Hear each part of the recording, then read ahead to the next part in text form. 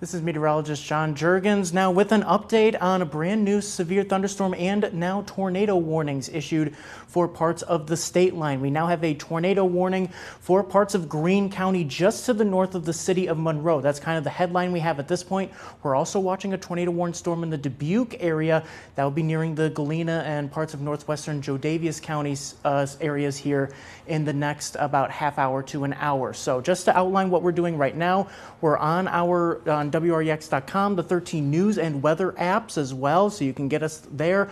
Also on our YouTube page and our Facebook page. So we have multiple ways for you to get our coverage here as we continue to monitor the severe weather threat for this evening. So right now at 6:42, we have a tornado warning now for Greene County, and actually the National Weather Service now calling this an observed tornado, a considerable damage threat too. So this is going to be what we outline here first. So storms mainly off into southwestern Wisconsin, but they're going to be moving on to northern Illinois here in the next few hours or so. So we want to give it a bit of an advanced heads up here. So first off, I want to zoom in on now this considerable tornado warning in Greene County. So this is going to be into the Monroe area. So there we see. So Monroe just off to the south of this, so on the outside looking in, but this is up Route 81, it looks like. There you see we have a decent indication here on velocity of rotation.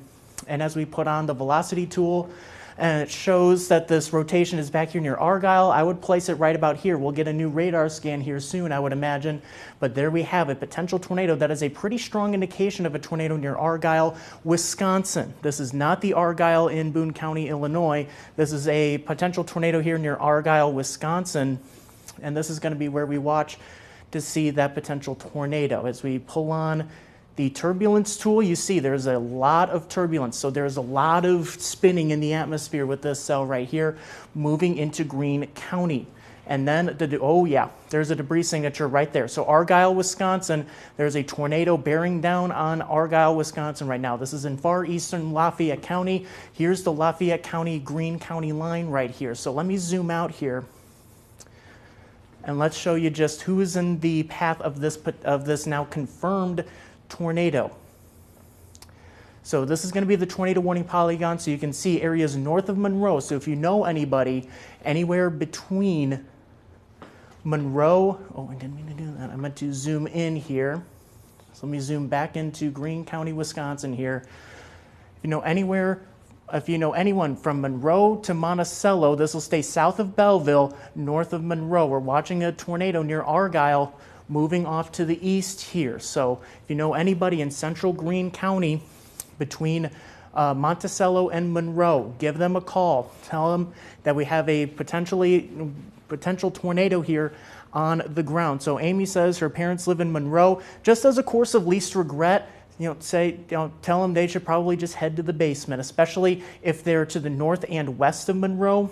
We're seeing a tornado starting to develop in Lafayette County, Wisconsin, moving into Greene County, Wisconsin. So this is actually becoming a more serious situation there that we're seeing in southern Wisconsin as of right now. So this is actually just developing here even between the time when I was starting to get set up here to go live here. So this is the brand new information that we have a confirmed tornado, it appears, at least according to the National Weather Service, on the ground. That's right on top of Argyle, Wisconsin.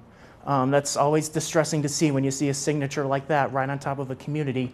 And this is moving off to the east towards Greene County. So anywhere from Monroe northward to Monticello, Wisconsin and Greene County, tell them to take shelter. If you're watching, seek shelter away from the windows. If you're under a tornado warning, let's pull on those safety plans. So you want to try to get below ground. Basement is preferred. The first floor is fine. Just mainly try to find that lowest room or centermost room on the lowest floor away from windows. Think of an objective as trying to put as many walls between you and the outside as possible. If you're in a mobile home or if you're in a car, get out. Seek shelter, seek a more sturdy shelter immediately. You do not want to be in a mobile home. You do not want to be in a car. When you get to your safe shelter, think of areas like a hallway, a closet, or a bathroom. Cover up with blankets, and even put on a bike helmet or a football helmet or even a construction hard hat, anything to kind of protect your head from potential flying debris. So this is for the part of Greene County between Monroe and Monticello, where we have a tornado on the ground near the Greene-Lafayette County line. So we'll put this back on radar here, and there we see. In fact, you can see that little notch that you see back there. Originally on velocity, it looked like it was closer to Monroe. However, it does appear to be more into Lafayette County right now. And now let's put on the velocity tool here. So we may be seeing another circulation trying to develop there. We'll have to watch that here over the next few minutes, but definitely the most substantial circulation is right there near Argyle, moving off to the east. So this is Highway 81 here between Argyle and then over to Monroe there, off to the bottom right part of our screen. There you see that tornado, and hopefully people are taking shelter there, because that is not a good signature. My goodness, that is a debris signature there on radar, right on top of Argyle, Wisconsin, about to cross the Greene County line here in the next few minutes. So, okay, newest radar scan showing that debris signature weakening a little bit. So hopefully, let's cross our fingers that maybe the tornado has lifted there. Let's see here. I'm trying to check our chat session here with the National Weather Service. Haven't seen any updates on that aside from when they updated to say that there was likely a tornado on the ground there, at least confirmed by radar. So crossing into Greene County right now. So that's the situation in Greene County. I want to give a big picture view here just to keep the rest of our area updated when it comes to the severe weather threat. So no changes in terms of the watch except for adding Wallworth County to that tornado watch until 10 o'clock. There is no new watch for the rest of northern Illinois. In fact, I can pull up the watch right here. There's the watch. So the counties outlined in yellow, that's that tornado watch until 8 o'clock. The exception is that Wallworth County, so Lake Geneva, Delavan, is in a tornado watch until 10. Rockford, Belvedere, Byron, Oregon, Dixon, DeKalb, Rochelle, not yet under a watch. However, the National Weather Service is continuing to watch for the thunderstorms as they develop in Wisconsin, and will consider adding a new watch to the rest of northern Illinois, I would imagine, in the next few hours or so. So that's the update on the watch, and then on to radar. So you can see most of the storms are across southern Wisconsin. Notice the tremendous amounts of rain and lightning in the Madison area right now, and it's the cells ahead of the line that have been tornado warned. So this one into Greene County, and then this one near Dubuque.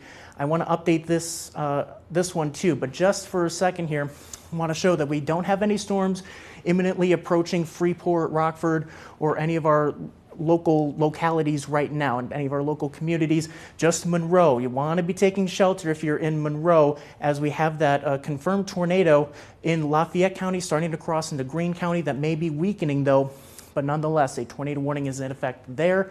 And then also a tornado warning in place in Dubuque County. Now, this does not include any part of Joe Daviess County. However, this thunderstorm is starting to approach Dubuque, and as you can see there, it does have a little bit of spin associated to it, at least how it looks on reflectivity. And there you see where the green and reds come together. That's where we watch for the potential for some low-level rotation. Could be potentially a tornado there just to the south of Sageville, and then moving east. So this may just stay to the north of the Wisconsin state line. However, we're going to be watching northwestern Joe Daviess County. So places like Menominee, Galena, East Dubuque, and then really far northern Joe Daviess County here. Or Galena's down here, in fact, I'm sorry. Galena here, Menominee here, East Dubuque over there. Watching a possible tornado in Dubuque County that may just cross maybe far northern Joe Daviess County, although we're mainly watching Grant and Lafayette counties in Wisconsin with that potential. So let me see here. A lot of people asking about Freeport, Rockford, Lake Somerset. Let me see here. I'm sorry, I'm watching about 4 different chat sessions here. I gotta make sure I'm checking them all here. So just give me just 1 second. Okay. All right, so let's give a big picture here just one more time, and I'll bring back the regular radar here. So as you can see, nothing yet for Rockford or Freeport. No warnings at all. Just seeing that severe thunderstorm warning and a tornado warning for Greene County. We're watching also these cells are starting to perk up a little bit in Joe Daviess County. We'll have to watch those. Could those pulse up a little bit? Those could carry a tornado threat as well. However, let's pull up here. I'll just pull up Future Track just really quick here just to hopefully, here, let's get a little bit of timing information here. So here's Future Track. There you see that Greene County cell that we've been tracking, China moving off to the east, likely just staying off to the north of the Wisconsin-Illinois state line. We're watching activity across central Wisconsin that's been developing south of La Crosse, nearing the Madison area. That's going to be our main round of severe weather with this. This is going to be that potential for damaging wind gusts up to 60 miles per hour. So here's 9 o'clock, starting to see that that activity reaching into the area, though this specific model is showing potentially a more isolated storm threat, which would carry potentially a higher tornado threat. Not saying that's going to happen at this point. I still think this is going to be more of a linear type setup where we're talking about a longer line of storms instead of these kind of discrete, little isolated cells. But nonetheless, still watching that potential for damaging winds nonetheless. Looks like we have a brand new severe thunderstorm warning here, and it's not going to pull up for me, of course. So let's pull that up. So we have a brand new severe thunderstorm warning. I would imagine this is in southern Wisconsin. Yes, it is. So far northern Greene, far northwestern Rock County under a severe thunderstorm warning until 7:45. This is to the northwest of Janesville, I should say. I'm sorry. So the New Glarus area is on eastward towards Evansville, towards Edgerton, and approaching Janesville, not quite reaching Janesville. So a new severe thunderstorm warning for southern Wisconsin here until 7:45. So we saw that information there on Future Track. Storms should be out of the area by about 10 o'clock. So if you're looking for an end time here, hopefully looking at about between 10 and 11 o'clock is when we can get the severe weather threat kind of done and out of the area. So let's take a big picture here in terms of the warnings here. So obviously our system here notifying the tornado warning, observed tornado here near the Lafayette and Greene County line in southern Wisconsin. That's kind of the main threat. That's kind of the headline threat that we have right now is that tornado warning in Greene County. So think of timing here. Let's actually pull up radar. And then we'll put a storm track on the main line of storms. Now, there are storms forming out ahead of this. So when I do this, keep in mind that this isn't when rain reaches you. This is when the main line of thunderstorms that we're watching for may reach you. So here's that line of thunderstorms. Let me just do a quick check here just to confirm how fast this line is moving, just because I want to make sure we try to get as accurate as we can with the timing here. Let me see here. About 40 miles per hour. 40 to 45. Okay. So let me kind of change the dynamics of the storm tracker here just so I can try to include the rest of the area. Let me move this off to the south. There we go. And now let's get on the storm tracker. So let me put in the speed here at about 45 miles per hour. So let me move Future Track here just a little bit, or Exact Track, I should say. And then here's the storm track. So let's pull this up here near the Madison area. And then let's drag it on to the south here. I want to try to get as many of our communities as we can here.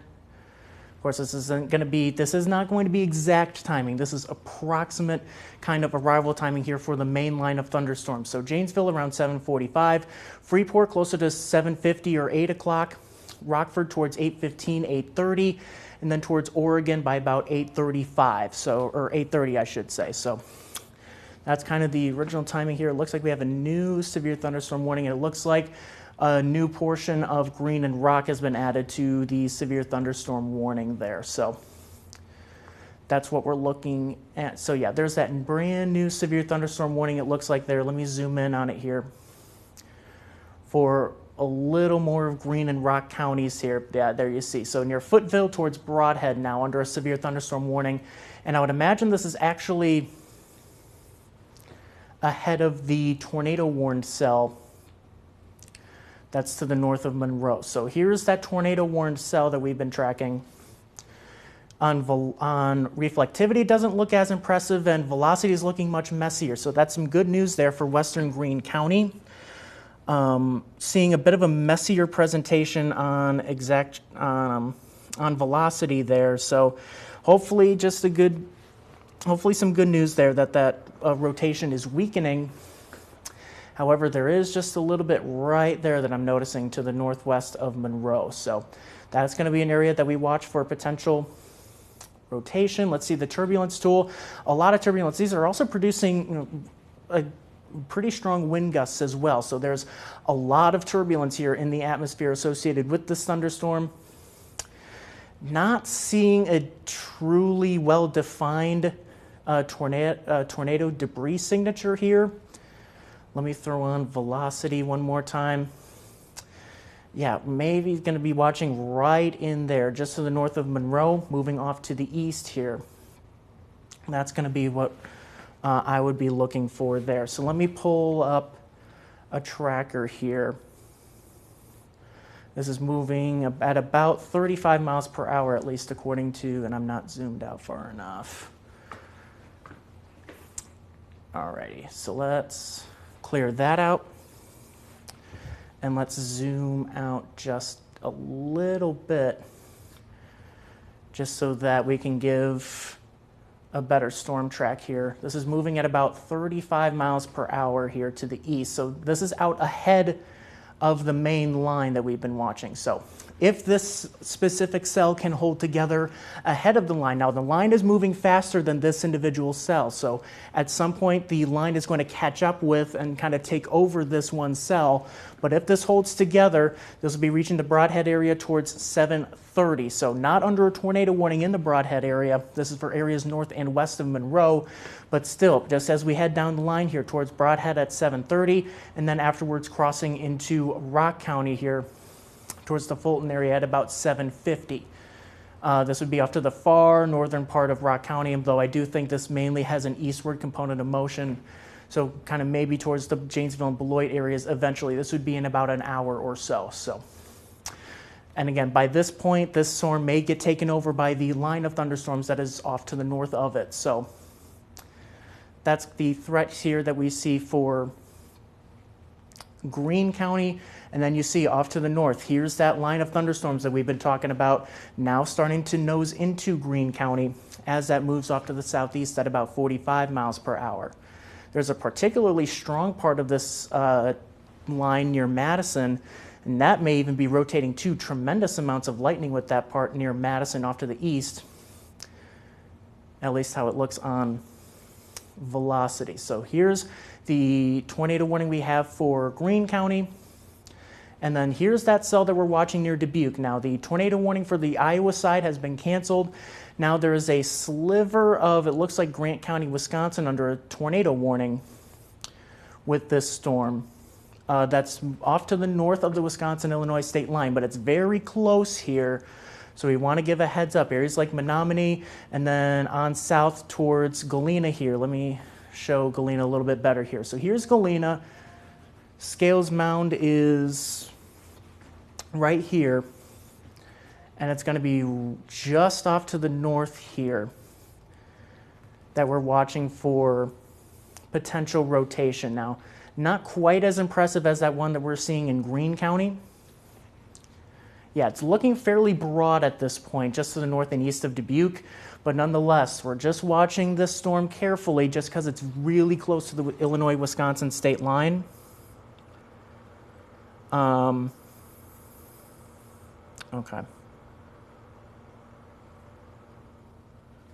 Okay, haven't heard anything yet about this specific cell. However, we're going to be watching that closely just because notice how close it is to that Wisconsin-Illinois state line. It's mainly moving off to the east, but you know, when it's just that close, you just want to keep a close eye on it just in case. But there are no warnings in effect for Joe Daviess County We're just seeing that tornado warning off to the north into Wisconsin for Grant County, but we just have to watch that storm very carefully. So back to the big picture here. At 7:02, so now we've passed over the 7 o'clock mark, I'm noticing these cells starting to perk up in Jodavious County, and that would be a concern here that we watch for possibly seeing more of a tornado threat with this scattered activity that forms out ahead of the main line of storms, which is still off to our north into the Madison area. And also notice how there are flash flood warnings across central Wisconsin. There's that other concern that we were talking about is flash flooding. So we're starting to see that a little bit across southern Wisconsin. However, over the last few days, Wisconsin has seen tremendous amounts of rain. So they're dealing with especially a flood concern across central Wisconsin. But as we head into northern Illinois, that threat not as high, but certainly still something to consider. As we go on later on this afternoon, or later on to this evening, I should say, is that potential for some flash flooding, especially with this main line of storms. Notice how it's kind of trailing off to the east just a little bit. Let me switch radar sites. There we go. See how there's another little bit of the line starting to develop across eastern Iowa. As this moves off to the south and east, we could see, kind of new development behind it. And then we kind of see what we call training. That's kind of like trains on a track, that these cells just kind of move over the same areas. And when you're dumping tremendous amounts of rain over the same areas like that, that's where we have that flooding potential. So really want to keep aware of that. It's probably going to be more localized in northern Illinois as of right now, I think. But still, even if it's localized, that will still affect people and will still affect roadways. So keep in mind the flooding threat as you're heading out later on tonight. Remember to turn around and don't drown. So there's the flooding threat there. Let's check on that tornado warning in Greene County. Looks like we have had a little bit of an update there. Yeah, it's starting to move out of the actual warning polygon itself, and I have not heard anything about the National Weather Service extending that warning. However, with that warning in effect until 7:15, watching near Monroe, where we could have some rotation there. Let's pull on velocity. Looking very messy at this point. Maybe could have some gusty winds coming into Monroe, but if anything, it's that little speck right there where we have the green and reds coming together. Where we watch for, okay, we have a brand new tornado warning in Greene County. And there it is. So that includes the essentially areas now to the north and east of Monroe. So let's zoom in a little bit farther here so we can get as many communities up here as we can. So now this includes Albany, the community of Albany, Wisconsin, now under a tornado warning. So here's Highway 59 from Albany to Monroe. 59 goes over towards Magnolia. And then there's Highway 69 between Monroe and Monticello, now under a tornado warning until 7:30. This is a radar indicated threat. So now no longer seeing a confirmation of this, just still seeing radar indicated rotation, which is what we were seeing just a little bit there on velocity to the north of Monroe. So I think it's pretty safe to say that Monroe is in the clear here. But if you're north of Monroe, so there may be some Monroe addresses out here as we head into the rural areas. However, downtown Monroe, city of Monroe, looks to be on the outside looking in this case, as the rotation is mainly off to the north near Monticello. If you're in Monticello or around Monticello, and then towards Albany off to the east, take shelter. This is your call to action, a tornado warning. But if you're just to the north of Monroe, outside of the city, try to stay in your safe place here for the next about 10 to 15 minutes or so. If you're under this tornado warning in Greene County, here's what you can do right now. You should try to just find the smallest room on the lowest floor of your home. Think about putting as many walls between you and the outside as possible. Stay away from windows. That's the biggest thing here. If you're in a mobile home, get out. If you have time, get to a more sturdy structure. You do not want to be in a car during a tornado warning as well. So you want to get out of those and seek a better shelter as soon as you can. When you find your safe shelter, again, the most interior room in your home, think of a hallway, a closet, or a bathroom. If you're in the bathroom, think of the shower or a bathtub. Get in there. Cover yourself up with blankets, or if you can take sofa cushions off of the couch, that's good too, just to protect yourself from any flying debris. Also putting on a bike helmet as well, or even a construction hard hat, anything that can protect your head from potential debris. That's where we see a lot of injuries from tornado damage, is injuries to the head. So if you can cover your head and try to protect anything from injuring you. So let's pull up radar one more time as we see that tornado warning in Greene County. This is just to the north of Brodhead. If you're in Brodhead, and especially areas to the north, you should seek shelter. You're under a tornado warning here into Greene County. Brodhead's pretty much right along the Greene and Rock County line here on Highway 11. And here we're watching for that rotation here near or to the south of Monticello, to the north of Monroe. So this is going to be that area that we watch very closely here. This is the most immediate short-term threat of a tornado, is in Greene County. Mary's in Dubuque at the moment. So from last check there, the tornado threat had mostly stayed away from, or Dubuque, I should say. Dubuque, you're in the clear. So Mary, you're all right in Dubuque. That tornado warned storm is off to your east, and it looks like it's still just staying off to the north of the Wisconsin-Illinois state line. No tornado warning for Joe Daviess County. Still seeing that tornado warning for far southern Grant County near the Wisconsin-Illinois state line, but just off to the north into southern Wisconsin at this point. Still watching this area of thunderstorms developing here near Stockton. Now let me put on the velocity tool just to check. Okay, not seeing too much here in terms of any kind of rotation within these, but we'll have to watch these over the next half hour as they develop into Joe Daviess County. That would be another potential for maybe an isolated tornado or two. We'll just have to see. Annabelle asking, is there going to be a tornado warning for Rockford, Illinois? Not in the next hour to an hour and a half or 2 hours. We're still just going to be watching these thunderstorms as they roll in. Let me pull on the big velocity picture here, just to show that the main line of thunderstorms is now starting to approach Greene County and eventually into Rock County. So this tornado warned cell is ahead of the main line. This is a supercell that's developed ahead of the main line of thunderstorms.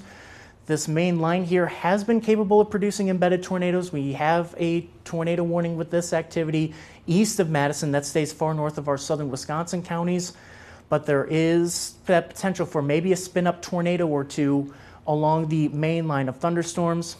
The main tornado threat has been with these storms that have formed ahead of the main line. So, and these storms will be staying to the north of the Wisconsin-Illinois state line, but we're watching this activity. And now you see that cell, now that line starting to catch up with it. So now it's going to be starting to see this main line of thunderstorms starting to roll into Joe Daviess and Stevenson counties here in the next about half hour or so. So pulling up the big picture here at 7:10, and let's throw on a loop here just to show you the kind of direction that this line is moving. So here's the line right now. You can see how it's kind of surging off to the south here into Greene and Rock counties as of right now. And then we're going to be watching to see just how far south that line can sag to the south. And then also for this additional development out here towards Galena and Dubuque, and then these individual cells as well. These individual cells would carry a higher tornado risk than the main line itself. So here's the main line here. And then we're watching another line of storms developing to the east of Waterloo, that moving off to the south and east as well. That may impact more of our western area, while this line here that's starting to move into Greene County will be affecting most of our warning area as of now. So I did want to check, we just got a message here from the National Weather Service. I would imagine this is going to talk about the potential for a new watch in northern Illinois. Damaging winds are the main hazard, but a conditional tornado threat also exists. A watch will likely be issued here. Let's see, I want to try to get a good look at the timing. Before 9 o'clock. Okay. So we're going to be looking for a new watch for the rest of northern Illinois here soon, likely in the next hour to 2 hours. So now getting that notification from the Storm Prediction Center that we're likely going to be getting a watch here across the rest of northern Illinois. I would imagine it's going to be a severe thunderstorm watch because the tornado threat is going to be much more isolated and kind of embedded in brief kind of tornado activity.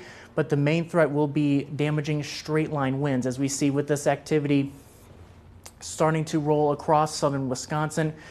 And then let me pull up the warning map here. So you can see how there's widespread severe thunderstorm warnings there in orange that you can see. There's there are the severe thunderstorm warnings for 60+ mile per hour winds. And then you'll notice embedded tornado warnings along that line. And you can see now, looks like an observed tornado to the east of Madison there along I-94. So there's going to be what we watch for, some embedded brief tornadoes along that main line, but the threat with the line of storms primarily is damaging straight line winds. Then we have to watch for those embedded tornadoes potential along with it. So Lori's saying, I'm in a mobile home in Belvedere. Should I go somewhere else? Honestly, with the damaging straight line winds, if you can, maybe head over to a family member's house or a friend's house if they have a site-built home. Just hang out there until these storms pass. I mean, I'd rather you be, safer than sorry, right? So, doesn't even take a tornado for there to be significant damage to mobile homes. We see those with damaging straight line winds as well. So Lori, if you're in a mobile home, maybe try to find a family or a friend that you can just hang out at their house here until these storms pass, and then you can head on back home. But I'd rather you be safe than sorry here, because we're talking about that potential for widespread damaging winds and then those isolated embedded tornadoes within this line too. So Terry asking, what about Carroll County? We're going to be watching for those storms that are popping up here near Dubuque. That would be moving more towards you, because it looks like these storms from Platteville on towards Madison that are severe warned, maybe just skirting off to your east. So getting back to radar here, there we're seeing that line starting to develop. Now we're also seeing some of these cells starting to pop up out ahead of it. So Carroll County, you may see some scattered thunderstorms starting to roll through your area here in the next hour or so. That would carry that isolated tornado threat with it as well, because it's out ahead of the main line here, especially that one, that looking like to be the strongest one that we're seeing along this kind of band of cellular thunderstorms here. So we'll watch that one fairly closely as that is moving. Here, let me put on the loop one more time, just so we can get an idea of, let me see there we go. Just so we can see how it's moving off to the northeast like that. So we'll just have to watch that little part of Carroll County here to see how that storm behaves here over the next about half hour or so. And then here's going to be the end of it. There are these storms that are forming out just ahead of this cold front that are moving off to the south and east. So that's going to be kind of that damaging wind threat is for our far western area with these storms in Iowa. The rest of the area going to be with these storms that are still moving across southern Wisconsin as of now. Kristen's saying, I love a good storm as long as it's damaging, of course. That's kind of, my thinking too. I mean, last night I had a decent little thunderstorm roll through, but thankfully we didn't have any damage here. But this time we're talking about these stronger storms that we really want to be taking, seriously here, that we do have potential damaging straight line winds, and then with those embedded tornadoes as well. So let me stop the radar here real quick. And then let's zoom in on that tornado warned storm that we have in Greene County, because now there's a lot of lightning associated with it. And that generally, to me, tells me that this storm is starting to strengthen a little bit. So there's the velocity tool, and let's pan over here. Looking like the strongest rotation here is to the north of Highway 11 and between 59. So between Highway 11 to the south and 59 to the north, moving off to the east. So if you're in Broadhead, take shelter. This is your tornado warning. This is your call to action here, is with this area of rotation between Highway 11 and 59 outside of Monroe, moving off to the east towards you. So if you're in Broadhead, really take shelter now. And then if you're to the south of Albany, so here's a new radar scan, kind of seeing two competing areas of rotation here. I think this one is going to be the most dominant because it's farther to the south. Albany still, if you're in the community of Albany and Greene County, take shelter, but especially into Broadhead. That's where we're seeing, that's at least to my eye, where we're seeing the strongest rotation in Greene County, Wisconsin. And then here's the Rock County line here along Highway 104. That's going to be, so let's check out the warning map so you can see where it stops at the Rock County line. Let me zoom out here just to give us a better, and it looks like that tornado warning just taken off the board. So that's some good news here. So let me confirm that with the Weather Service office in Milwaukee. Yep, they have just canceled that tornado warning for Greene County. So good news. That tornado warning that we had for Greene County until 7:30 has expired, or has been canceled, I should say. So good news there. Tornado threat has decreased enough to take off the tornado warning across Greene County. We still have a severe thunderstorm warning for really most of Greene County, and then also the western part of Rock County outside of Janesville and to the north of Beloit. So here's that severe thunderstorm warning for most of northern Greene and then also for northwestern Rock County. So now the bulk of the thunderstorms, here, let me pull up the radar here. It's going to be over here. That you can see where we have that kind of Boeing signature. That's where I worry about potential straight line wind damage. And now it's going to start interacting with that cell that was tornado warned. And that's probably why we're starting to see that rotation kind of weaken a little bit in that Greene County storm, is because this line is starting to catch up with that cell, with this cell right here, that looks like it may have dropped a tornado just over the Greene County line into Lafayette County. However, as this line approaches, it's going to kind of take over that thunderstorm, and that storm will merge with the line. And then that would mostly end the tornado threat with this cell. However, we could still see some embedded circulations within the line. Taking a look here, so that tornado warning that was in the Dubuque area has been taken off the board as well. So no more tornado warnings in our general vicinity. We're still just watching the severe thunderstorm warnings with the line of thunderstorms that we've been tracking here. Now at 7:20, now starting to clear out of New Glarus, starting to approach the Monroe areas here in the next few minutes, then eventually towards Janesville. So let's zoom out here, and I want to give another general timing here for these thunderstorms. Now let's make sure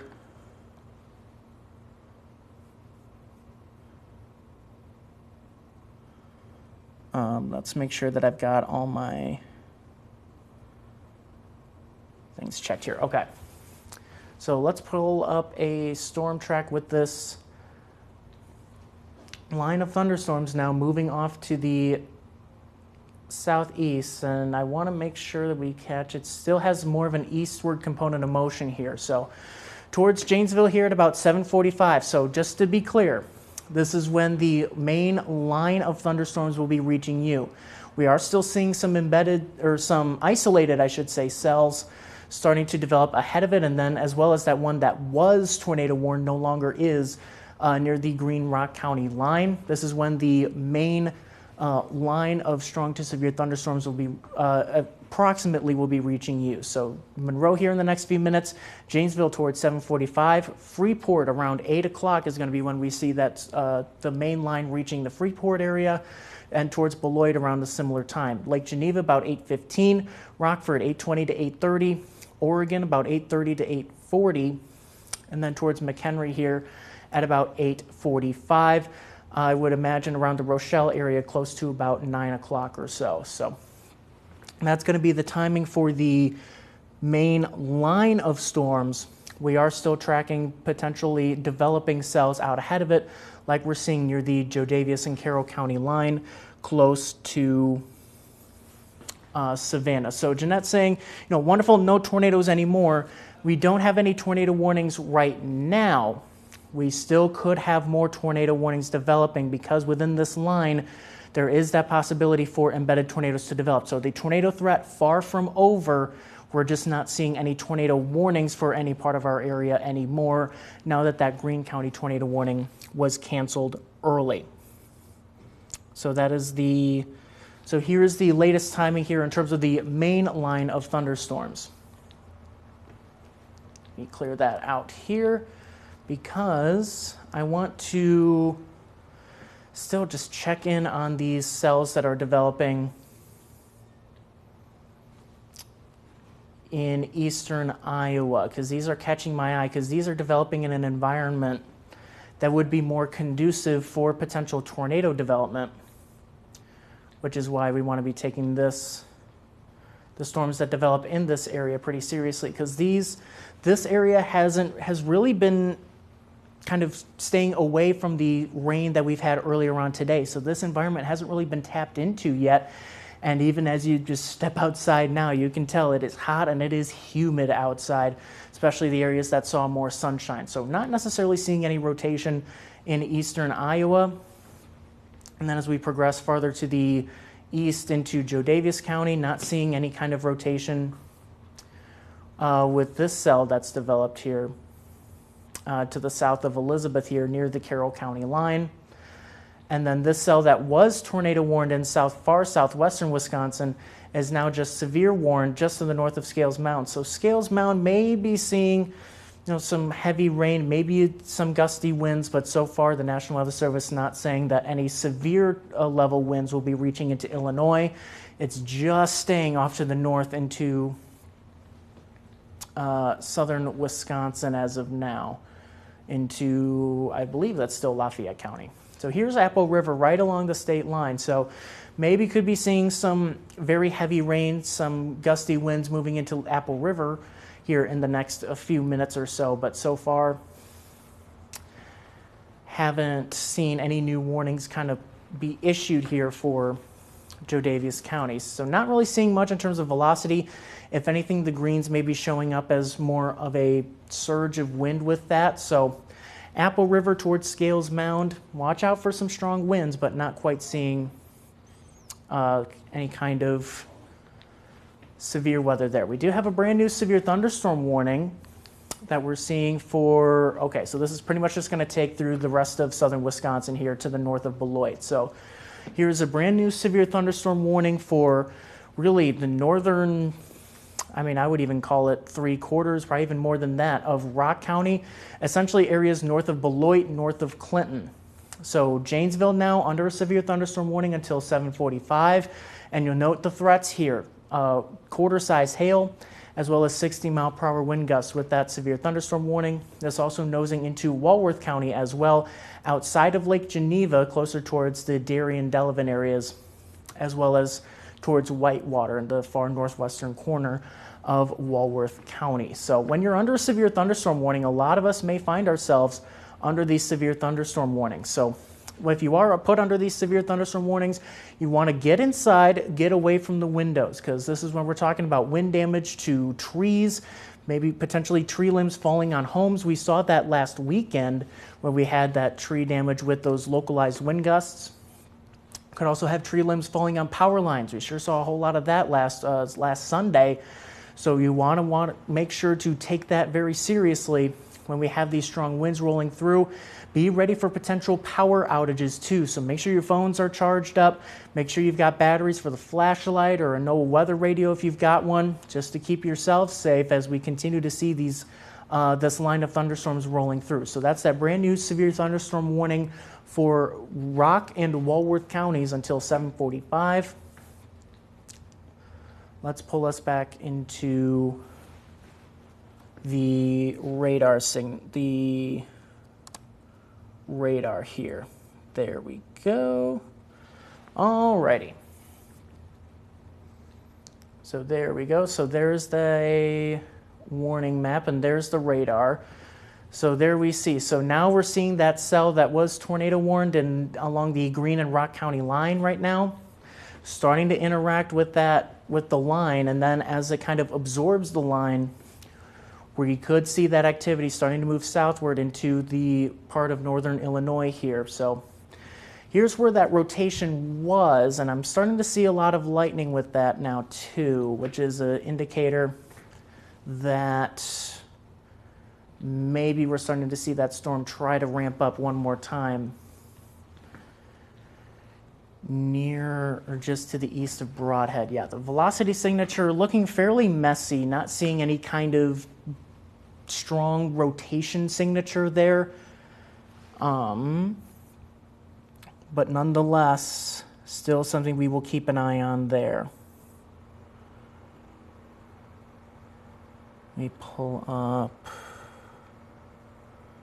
Okay, so shortly we are going to have a severe thunderstorm watch issued for northern Illinois. And this is going to replace the, okay, so let me try to explain this here a little bit better here. Let's pull up the watch map here. And let's show the big picture. So at least how I'm reading it right now, we're going to be seeing a severe thunderstorm watch go up for northern Illinois until 1 a.m. I don't think the severe weather threat locally lasts until 1 a.m. That to me means that they're going to be issuing this well into the Chicago area and maybe even points farther south than that. So at least, yeah, okay, so they're going with the severe thunderstorm watch here because the tornado threat appears to be diminishing with that line of thunderstorms. So some good news there that we're starting to see that transition from a tornado threat to a main damaging wind threat, which is why we're likely, it looks like, going to be seeing the tornado watch for northern Illinois. So Joe Daviess, Stevenson, Carroll, and Whiteside counties. We may be seeing the tornado watch get replaced with a severe thunderstorm watch, and that watch would also include the rest of our northern Illinois area. So it looks like that should be coming out momentarily. So of course we'll keep you updated on that as soon as we get it. And then just checking on brand new. So here's the watch map right now. So tornado watch likely going to be held for southern Wisconsin. And then for northern Illinois, we're likely going to be see a tornado watch. So we're going, or a severe thunderstorm watch, I should say. So we're going to see the Illinois side of this map turn into a pink color for a severe thunderstorm watch, and then southern Wisconsin would stay in this yellow color for a tornado watch. And it looks like, I thought I saw, okay, so tornado watch extended until 10 p.m. for southern Wisconsin, and then southern or northern Illinois getting into a severe thunderstorm watch here shortly. So we'll keep an eye on that for you.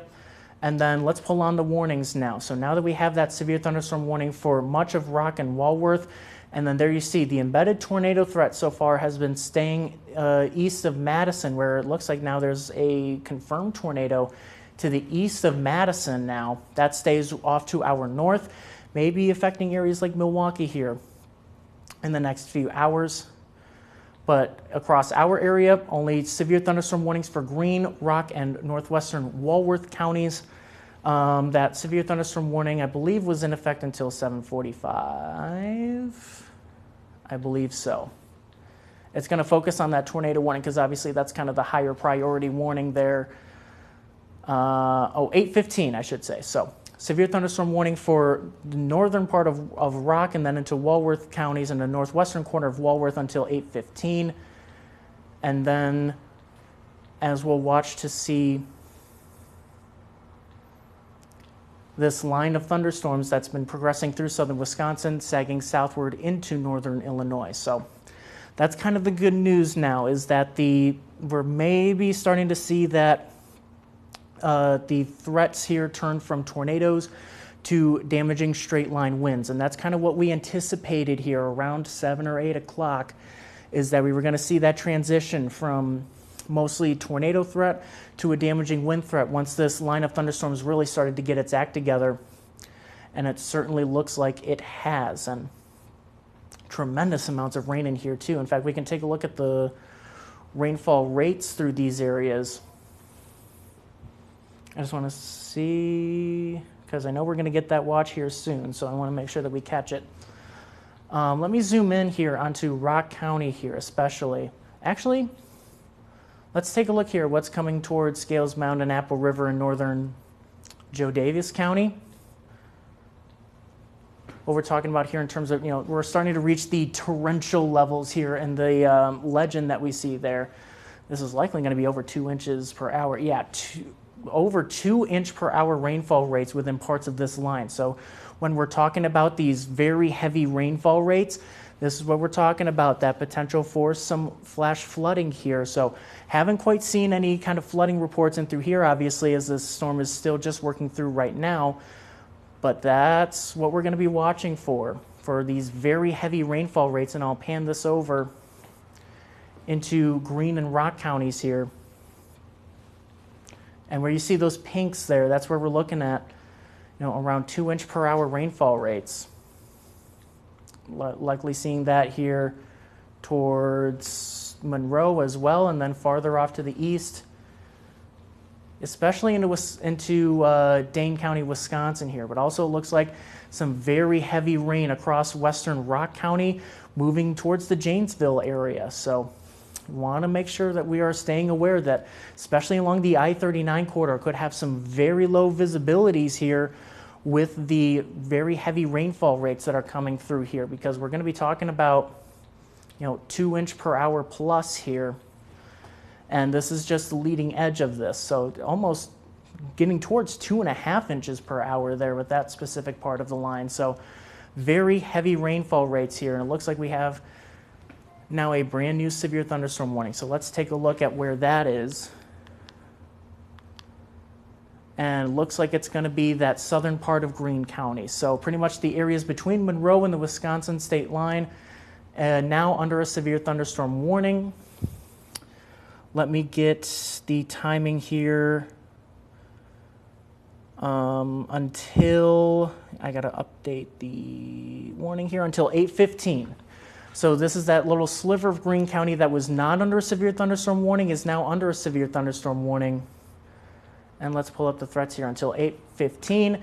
Quarter-size hail, 60 miles per hour, and we're still watching that possibility for maybe an embedded tornado within the line here. So that's going to be what we watch out for. So as you're under a severe thunderstorm warning, you want to move inside, away from the windows.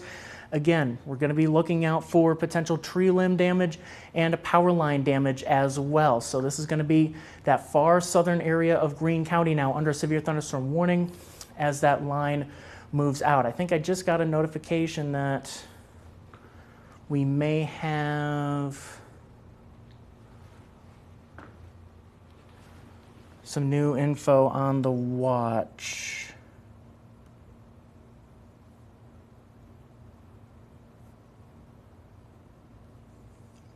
Sorry, I'm quieting down here. I'm just trying to check to see. Okay, haven't gotten that yet. Okay, and then there's that brand new severe thunderstorm warning for Greene County. Okay. So there's the southern part of Greene County now under a severe thunderstorm warning until 8:15. Also, 8:15, the expiration time for these severe thunderstorm warnings for Rock County area, pretty much all of Rock County north of Beloit, and then also northwestern Wallworth County under a severe thunderstorm warning until 8:15. All of the warnings are in southern Wisconsin here because that line is still knocking on the door of Greene and Rock counties here. And now I would imagine in the next few minutes, probably going to start seeing these warnings start to get issued here for northern Illinois. So Lisa's saying very windy in DeKalb. Yes, we have seen some pretty strong wind gusts, just general winds, not associated with any thunderstorms, but just general wind gusts to the south of this activity. So could have some stronger wind gusts here.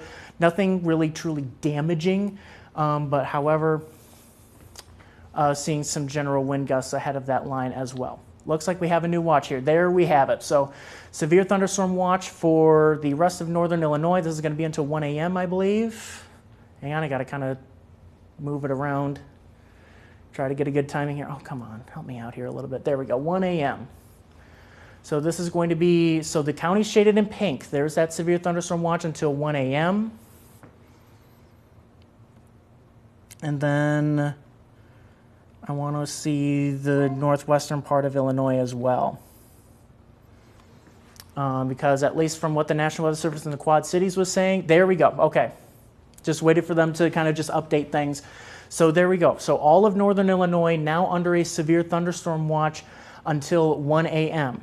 In all likelihood, this is going to get taken out well before 1 a.m. I think by about 11 o'clock we should be in the clear in terms of the severe threat. So now, and I think I just got the notification. Yes, I did. Just got it in from the 13 Weather Authority app. So there's that severe thunderstorm watch now for the rest of northern Illinois until 1 a.m. That threat, though, does end locally here well before 1 a.m.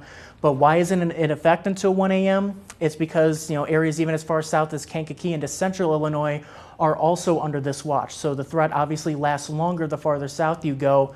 However, across our area in northern Illinois, I'm thinking main timing here in terms of the severe weather threat is until about 10 or 11 a.m. So there is the severe thunderstorm watch for northern Illinois. Crystal asking, do you think we'll get tornadoes? We still have that chance for an embedded tornado or two within the line. However, as is why the National Weather Service issued a severe thunderstorm watch instead of a tornado watch, we're seeing that transition to damaging wind gusts as the primary threat at this point and not necessarily the tornado threat. Yes, still could get a tornado or two embedded within the line. However, these will be pretty brief tornadoes as well. But the primary threat here is going to be more widespread damaging winds up to and even over 60 miles per hour in spots. In southern Wisconsin, they're still looking at individual cells here ahead of the line, so they're looking at a higher likelihood of tornadoes into southern Wisconsin, but across northern Illinois, the main threat is now turning to more damaging straight line winds. So that's why we're seeing that disparity between a tornado watch in southern Wisconsin and a severe thunderstorm watch in northern Illinois. So now at about 7:40, the rest of northern Illinois, now under all of northern Illinois, I should say, under a severe thunderstorm watch until 1 a.m. However, I just want to emphasize the threat will likely end much earlier than 1 a.m., likely probably around 11 o'clock, I think, is when we'll be in the clear. Here are the warnings. No tornado warnings in our area. There are active tornado warnings east of Madison.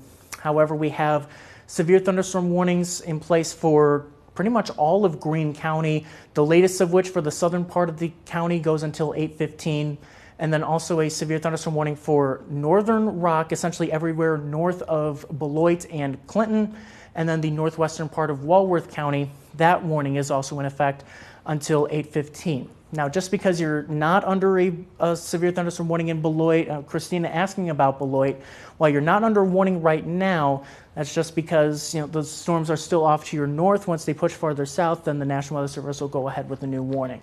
Speaking of those thunderstorms, here's exact track radar. Now showing pretty much torrential downpours across Greene County and now across most of Rock County. Now just starting to nose into Wallworth County. These storms are slowly moving off to the south. There is more of an eastward component of motion initially, but then we're going to be watching kind of this activity out here and then also across Joe Davis and now moving into Stevenson counties. Mainly this stuff that we're seeing here. So here's Dubuque. So points off to the west of Dubuque. That's going to be where we watch to see that severe weather threat kind of take over for northern Illinois, as well as the slow southward movement of this line just across the Wisconsin state line. So also, as I'm watching the radar loop, notice how we're seeing, continued heavy rain across Greene County. That's what we were talking about before in terms of the kind of training nature of these thunderstorms, that we could see that flooding threat potentially. And I'm starting to see that a little bit across Greene County. So in the Monroe area, and then potentially eastward into Rock County, could have some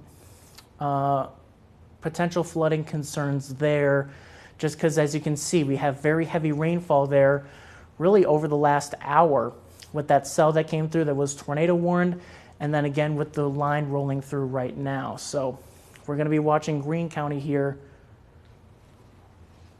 pretty closely in terms of the short-term flooding threat. And let's zoom in just to see. So this is radar estimated rainfall. Okay. First off, brand new tornado warning now. I would imagine this is in southern Wisconsin. Okay, this is most of Rock County, including the city of Janesville, now under a tornado warning. This does not include Beloit. This just barely clips Clinton. This is mainly areas north of Interstate 43. So towards Bradford, Johnstown, south of Milton, south of Highway 59, in the city of Janesville itself, now under a tornado warning until 8:15. So that is brand new information for the National Weather Service. I want to get this is a radar indicated threat. We're looking at a possible tornado near Janesville. So with this tornado warning now for Janesville and central and eastern Rock County, north of Beloit, north of Clinton, including the city of Janesville, you want to take your tornado precautions now. You want to move into your safe space, away from windows, away from walls, any outside walls. Basement is preferred, but the first floor is okay. Just find that smallest room, most interior room of your home or wherever you are. If you're in a mobile home, try to seek shelter inside of a sturdier structure if you can get there quickly. And then once you get to your safe place, especially in your home, try to grab some blankets, maybe grab the sofa cushions off of the couch to protect yourself from any flying debris. So this is for the city of Janesville, now under a tornado warning until 8:15. So here's that torrential rainfall. However, let's pull up here. We were looking at the very heavy rain, but let's focus in on this tornado threat that is now starting to develop in Rock County.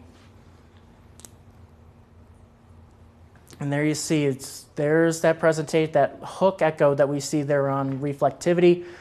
Let's pull up velocity. Yeah, we're starting to see that ramp up just a little bit here. This may be passing just to the east of, or just to the south of Janesville, I should say. So if you're in the city of Janesville, now is your time to take action. Take shelter. If you are in Janesville, you are now under a tornado warning. There's a new radar scan, seeing a broad area of rotation. However, maybe seeing a locally stronger area of rotation right there. Let's zoom in on it.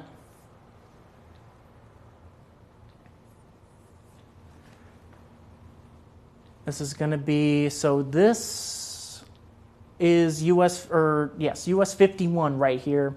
Then there's Highway 11 in Rock County. Here's that area of rotation that we're looking at right now.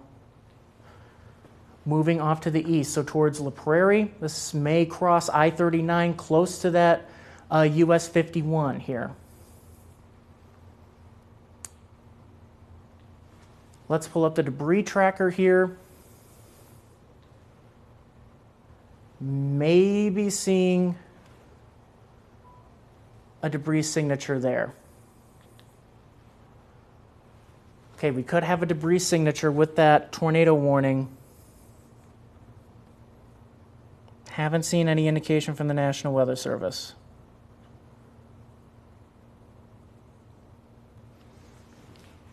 Okay, no new info from the National Weather Service, but in Rock County, I would imagine tornado sirens are starting to go off, and I know they go off county-wide, so I'm sure people in Beloit now are hearing tornado sirens. This does not include the city of Beloit. Let me pull up the warning map here just real quick, just to show, and I'll zoom back in, that this does not include the city of Beloit. This does not include Clinton over here. So Clinton is here just south of I-43. We're watching for that tightening rotation here just to the south of Janesville. So here's Janesville, here's Beloit. This is US 51. The airport is right about here. That's about where we were seeing that potential tornado signature moving close, potentially close to the airport here. That's along US 51 here. It's in this general area, moving off to the east.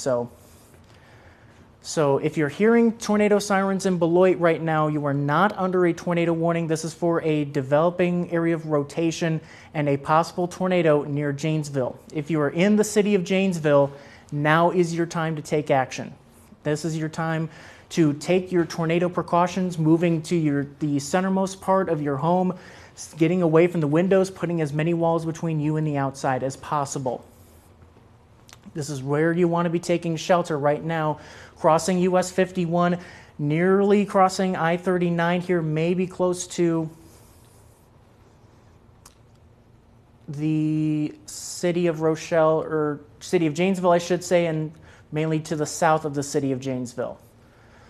Let's zoom in. I want to see if we can get some of the roadways here. Let's just try to, I'm going to try to get some more information from the National Weather Service just to see what they're seeing and if they have any spotters on this cell. It's starting to get maybe just a little dark.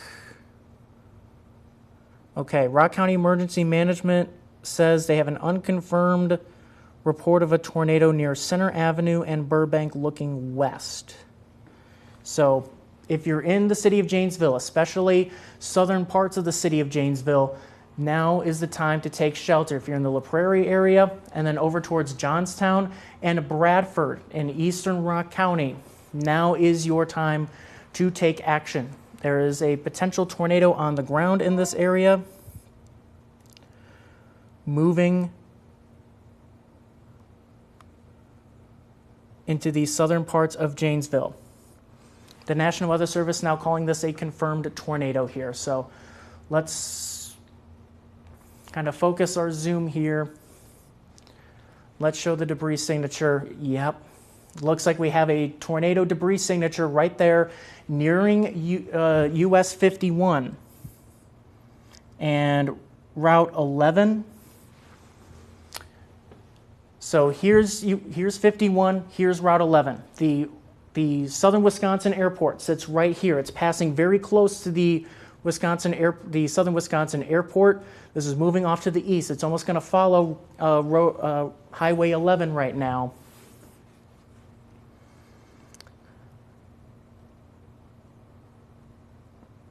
Moving off to the east. So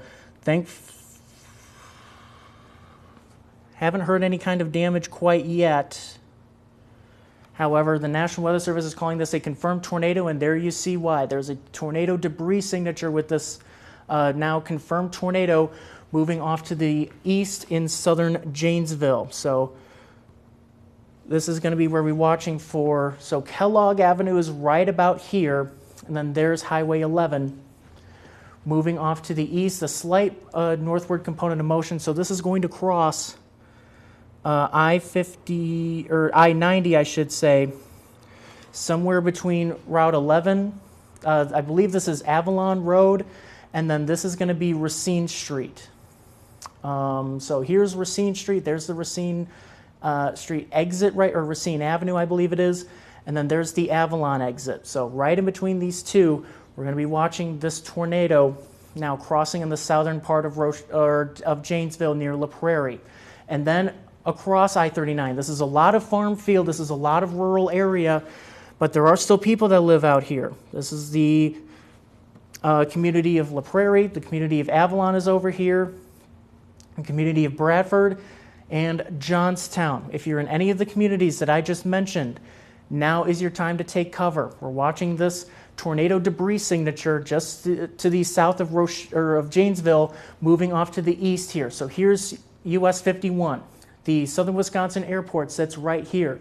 That airport pretty much sits right in the middle between Janesville and Beloit. This is going to pass safely to the north of Beloit, but if you're in Janesville, especially southern parts of the city of Janesville, take shelter now. We have a confirmed tornado on the ground near Route 11 moving east. So this is known as Avalon Road, especially in the rural areas. And then here's the Racine Avenue exit into the city of Janesville, or Racine Street, I should say, I beg your pardon. So here's where we're watching for that potential tornado. Let's pull up velocity one more time. We may get a faster update there. My goodness, there's a strong indication of a tornado on the south side of the city of Janesville. There's Avalon Road, there's Racine Street. This is Interstate 90. This is about to cross the interstate here. This is a popular exit going into the city of Janesville. I know there are apartment complexes out here. There's a nursing home out there and right near the exit as well. And there are many businesses there along that Racine Street exit. Now the National Weather Service calling this a considerable damage threat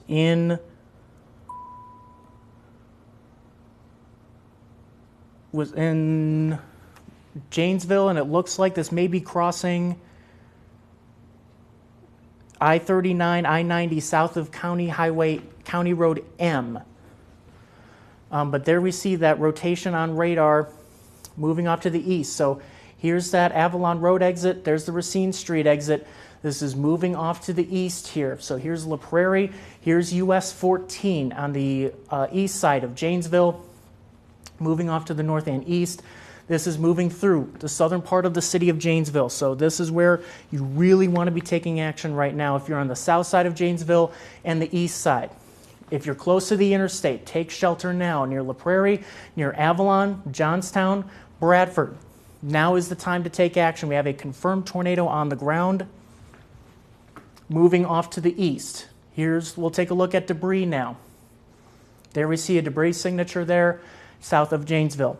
At this point, let's jump on air just real quick. Let's give an update to an on-air viewers here because we have a rapidly dangerous situation here on the south side of Janesville. We'll do a quick cut-in on NBC very quickly here just so we can give our on-air viewers because it's a very dangerous situation in the city of Janesville. So we'll pause just for a second, give that update to our on-air viewers, and we'll be back with continuing coverage here in a moment.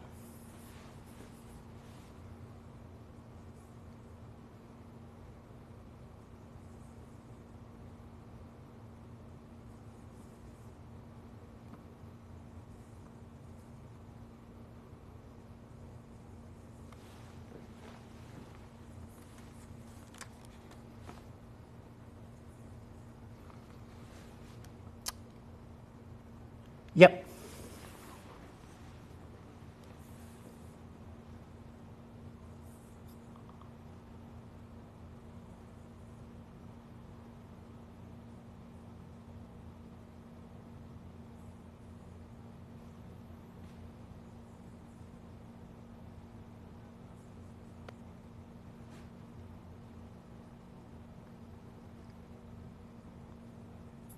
This is Meteorologist John Jurgens with a rapidly developing situation in the south side of Janesville, a confirmed tornado. We have the debris tracker here showing a large debris signature just crossing I-39. This is Avalon Road. This is the Racine Street exit. We have a confirmed tornado on the south side of Janesville. This is moving off to the east at about 35 miles per hour. So let's put the track here on it close to Avalon here by about 8:05, 8:10, Johnstown by 8:20, and then if this holds together into Wallworth County, this could be reaching the Delavan area close to 8:30. So we have a confirmed tornado on the ground in the city of Janesville, moving into eastern parts of Rock County. So if you are in this area of Rock County into northeastern Rock County, Wisconsin, this is your time to take action. Move below ground if you can. First floor is fine. Just try to find the most interior room on the lowest floor of your home or wherever you are. Stay away from windows. Think of putting as many walls between you and the outside as possible.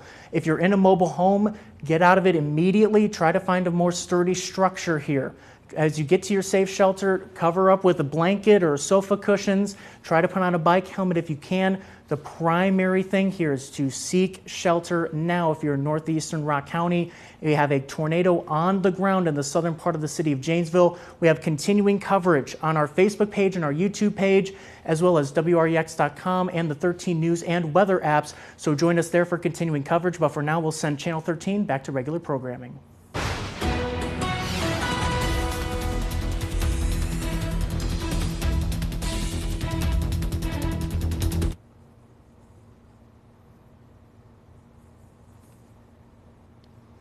That's okay? Yes.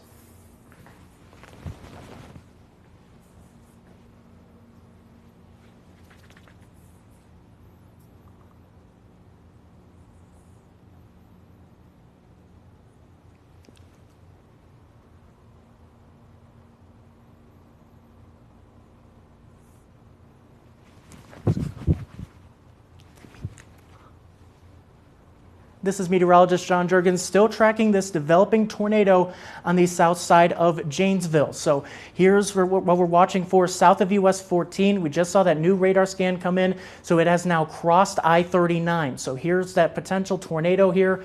Let's pull on the debris tracker and let's show.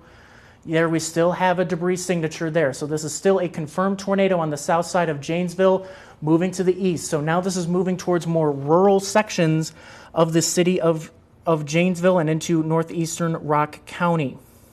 If you're in these areas, seek shelter immediately. If you're into the Johnstown and Bradford areas, so here's US 14 right here. There's Highway 140 that goes down to Clinton. This is going to stay to the north of Clinton, to the north of Interstate 43. Here's that tornado moving off to the east towards Johnstown and Bradford. If you are in northeastern Rock County, now is your time to take shelter. This is an active tornado warning.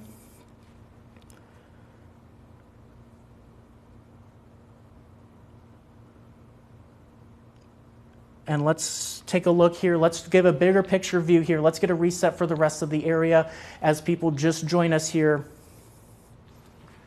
on our streaming platform. So we have a large area of severe thunderstorm warnings across southern Wisconsin. No warnings in northern Illinois yet. We have just had a severe thunderstorm watch issued for all of northern Illinois. Stevenson, Jodavious, Carroll, and Whiteside counties, you were under a tornado watch that has been canceled, replaced with a severe thunderstorm watch, and that watch includes the rest of northern Illinois. Until 1 a.m., the severe threat will end much earlier than 1 a.m., likely closer to 11 o'clock. So we have some developing thunderstorms here in the Freeport area across Stevenson County, off towards Savannah as well. These are non-severe. We're watching additional thunderstorms starting to develop along this line near Dubuque. That would be a severe weather threat for much of northern Illinois, the western part of our area. However, our main focus here is with this segment of this line now starting to sag off to the south and has been producing now what we know as a confirmed tornado in the Janesville area. So we're going to zoom back in.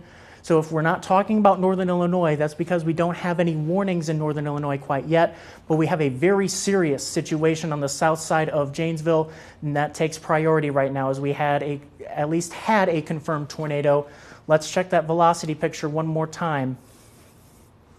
And there we see it has broadened out just a little bit, so hopefully we're seeing this starting to weaken just a little bit. However, we're still seeing that potentially strong tornado there in northeastern Rock County. So if there is that tornado still down, it's going to be right here, just to the south of US 14. This is where we have that sharp bend on US 14 going out of Janesville. And then over toward to the east towards Bradford. This is around the Emerald Grove area. Now this is fairly rural area. However, we still could have tremendous amounts of damage within this thunderstorm here. Looks like we have a brand new flash flood warning. This will be for Rock County here. We'll get into that in just a second, but I want to track this immediate situation here with this tornado. The debris signature has weakened here in the last few minutes.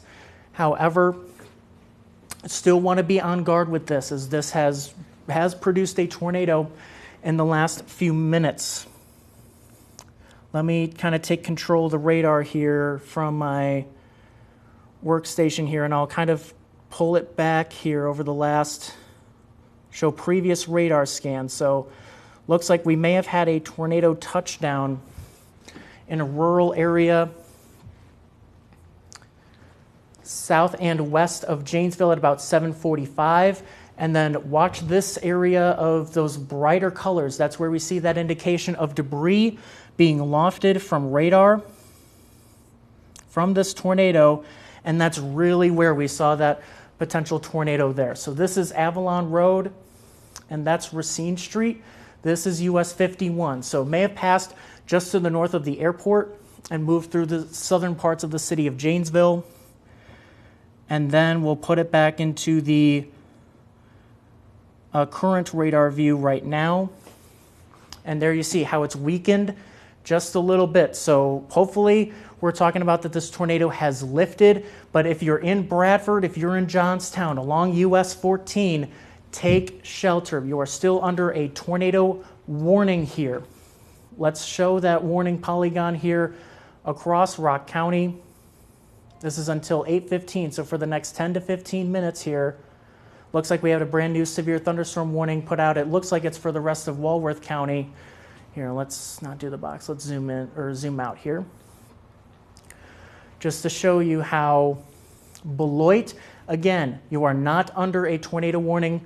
Clinton, the community of Clinton itself is not under a tornado warning. If you are north of Clinton, this is Highway 140.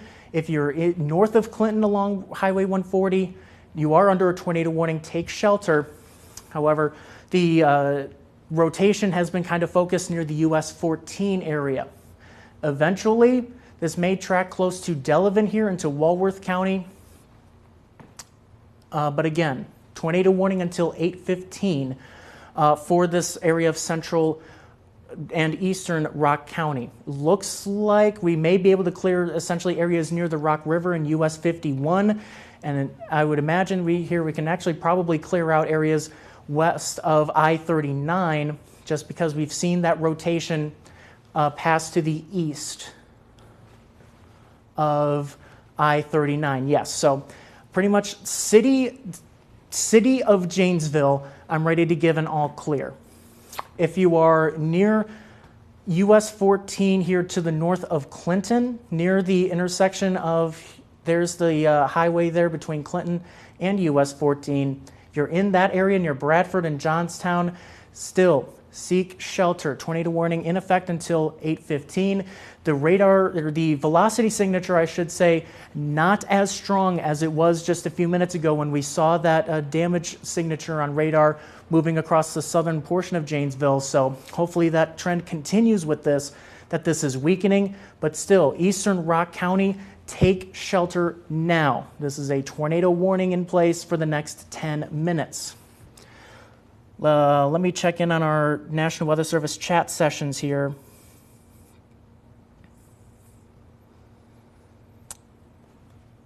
Especially with the office in Milwaukee.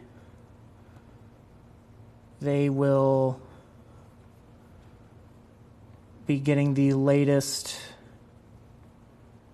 information from spotters. Okay, no new information from spotters. However, just want to give a heads up here. There is a big concert going on at Alpine Valley, which is a big concern here, that there's a lot of people there at Alpine Valley. If you know anybody that could be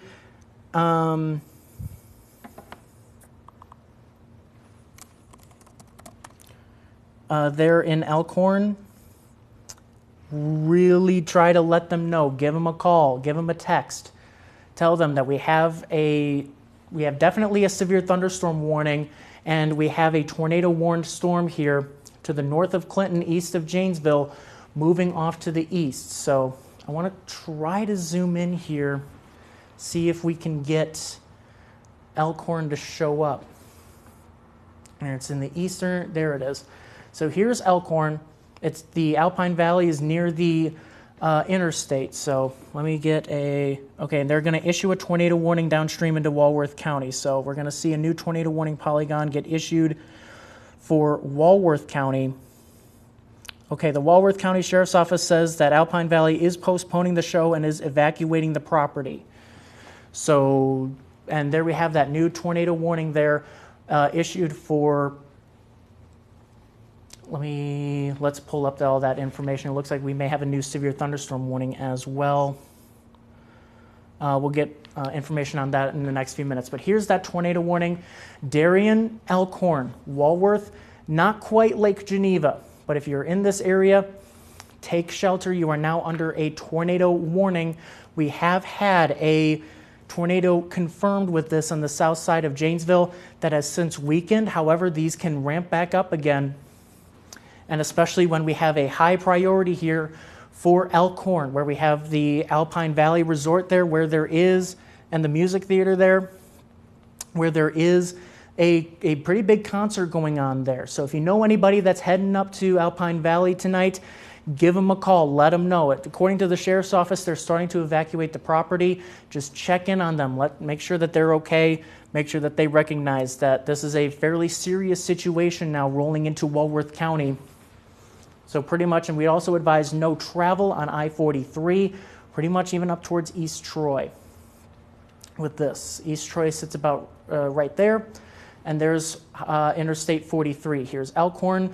The Alpine Valley Campground sits across a fairly rural part of Wallworth County near Interstate 43. If you're in Darien, if you're in Wallworth, take shelter now. Outside of Lake Geneva, so areas west of Lake Geneva, take shelter. Now under a tornado warning there with that thunderstorm that we've been tracking out of Janesville. So that tornado warning is in effect until 8:45. Here's what you want to do if you're under that tornado warning. Move inside, try to get below ground. First floor is okay, the ground floor is okay. Basement is preferred though. Try to just find the smallest, most interior room on the lowest floor of your home or whatever building you're in. Think of an objective as putting as many walls between you and the outside as possible. If you're in a mobile home, try to get out of it as quickly as you can. And then also just try to find a sturdy structure here while you have a little bit of time. Once you get to your safe place, cover up with blankets or sofa cushions, and also try to put on a bike helmet or a construction hard hat, anything that can protect your head from any potential for flying debris. Looks like we have a brand new severe thunderstorm warning here. Let's take a look at that here. So I would imagine we may start to be nosing into northern, yes we are. So now we have a brand new severe thunderstorm warning far northwestern Winnebago County, so South Beloit, just nosing towards Roscoe, now under a severe thunderstorm warning until 9 o'clock. So far northeastern Winnebago County under a severe thunderstorm warning. The northeastern corner of the county, including South Beloit and northern parts of Roscoe. Northern Boone County, so this does not include Belvedere.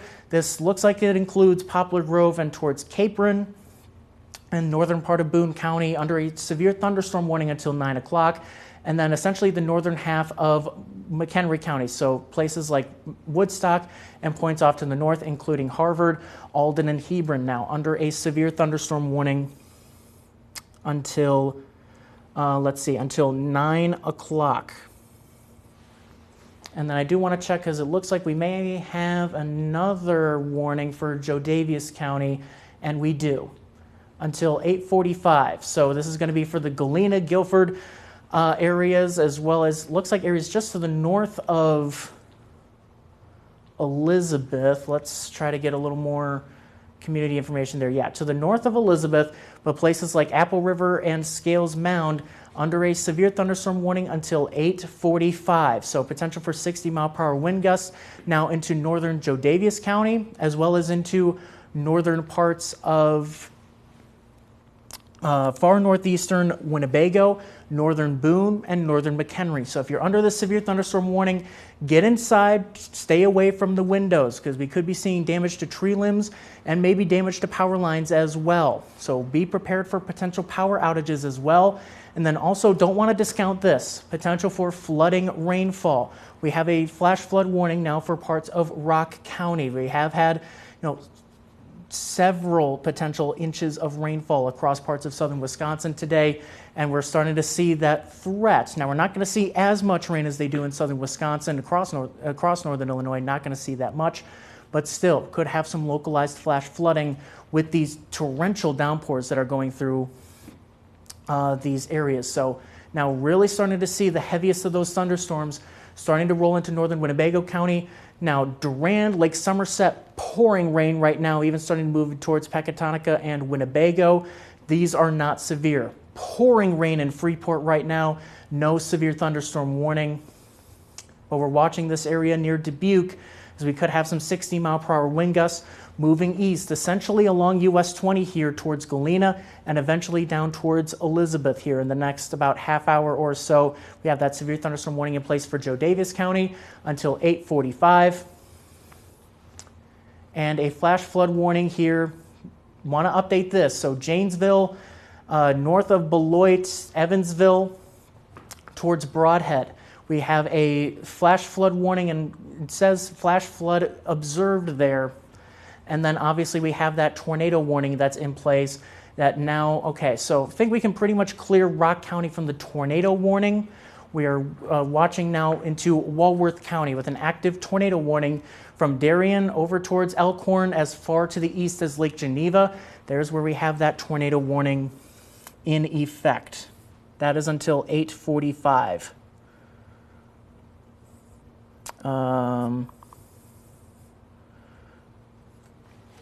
Wendy's saying, can you explain what to do if you don't have a shelter to get to and are out in the open?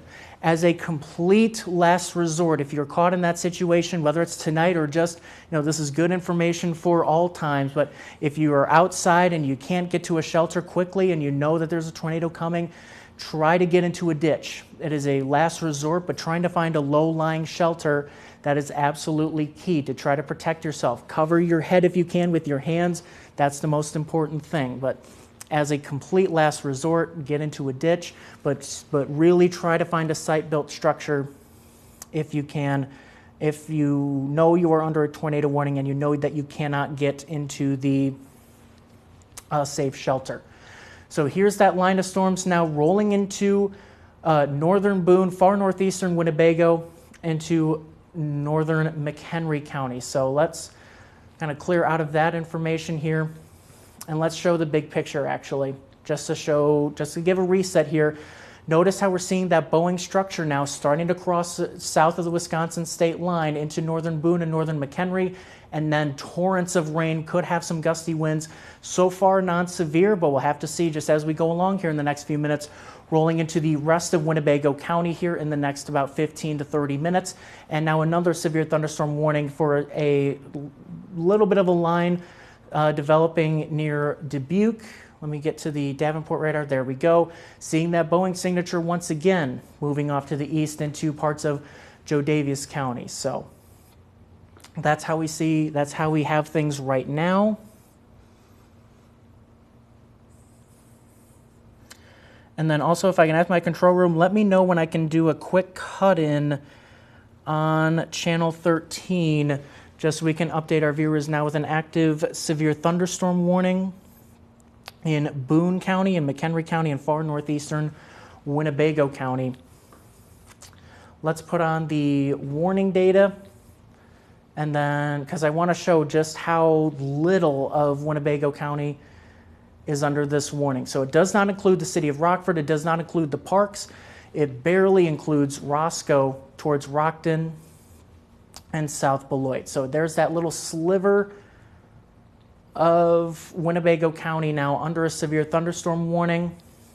The main threat here is coming into northern Boone County. So Poplar Grove, Capron. You are now under a severe thunderstorm warning until, I believe it was 9 o'clock. Yes, it is.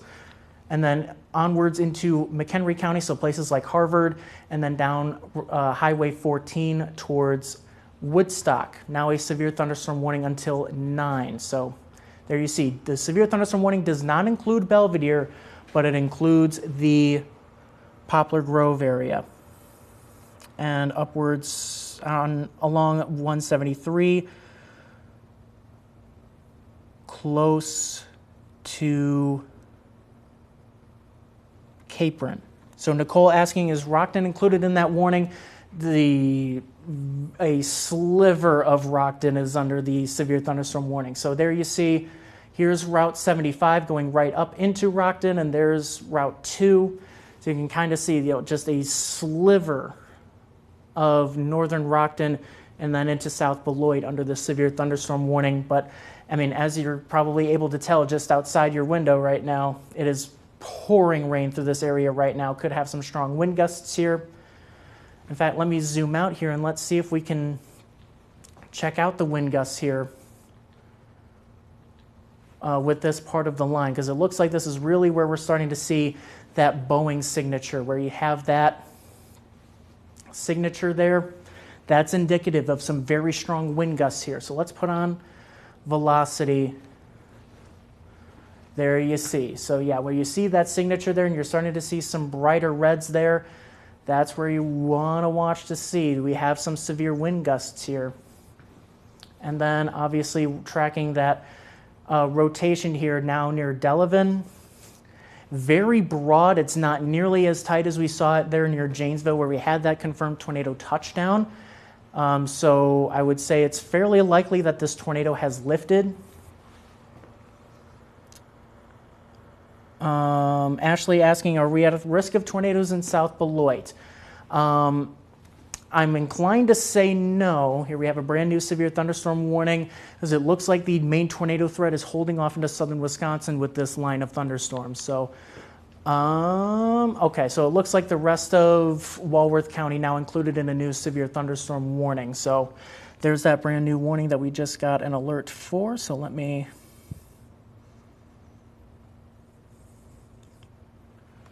kind of clear things out here in terms of that severe thunderstorm warning in place for Wallworth County.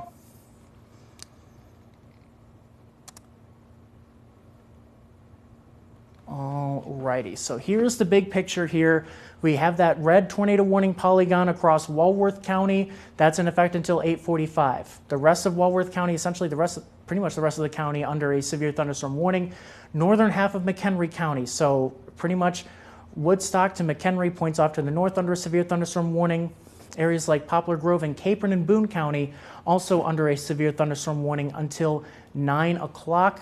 And then onwards towards Joe Davis County. So Galena, areas just to the north of Elizabeth, and then towards Scales Mountain and Apple River, now under a severe thunderstorm warning also until, I believe it's 8:45. Let me get a good timing here. I just can't win, can I?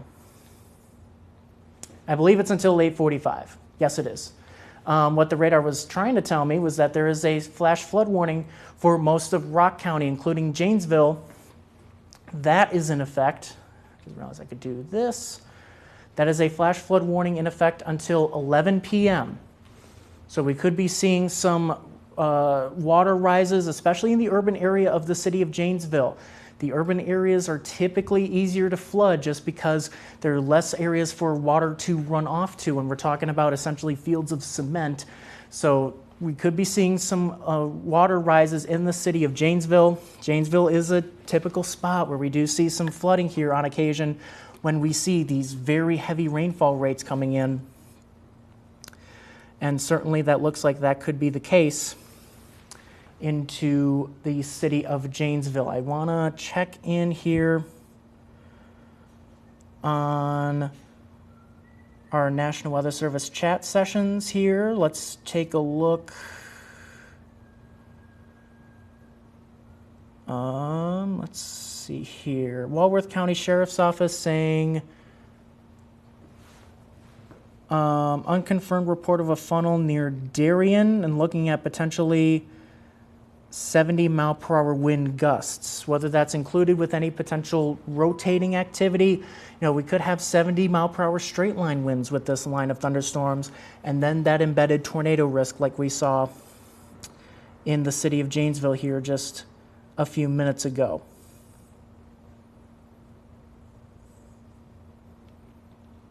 Okay. Important distinction here just now from the National Weather Service. Let's clear that out here. They are updating the severe thunderstorm warning for northern Boone and northern McHenry to include details that show 70-mile-per-hour wind gusts potentially.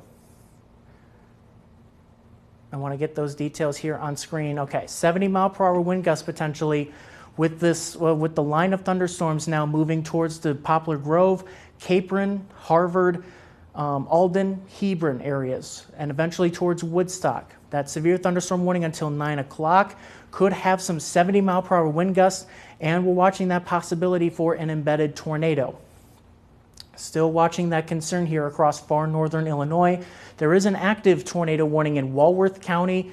Radar indicated threat now with that. And let's pull on the velocity tool.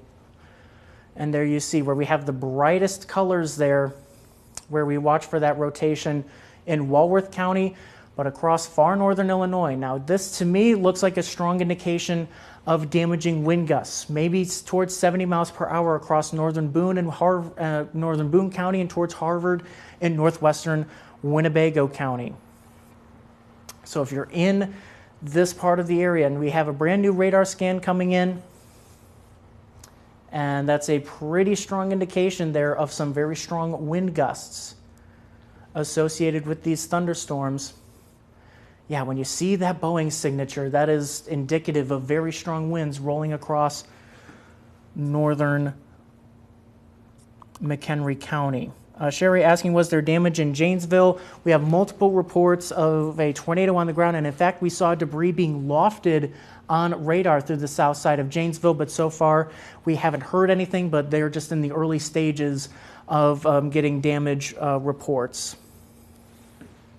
in right now, because they're still just trying to kind of get out there, and they're still active. There's still lightning out in this part of Janesville, as there's still some fairly heavy rain showers, and there's possible flooding in the city of Janesville too. So they have to encounter all these things here as they try to assess the damage, and of course emergency responders trying to get to areas that were worst affected.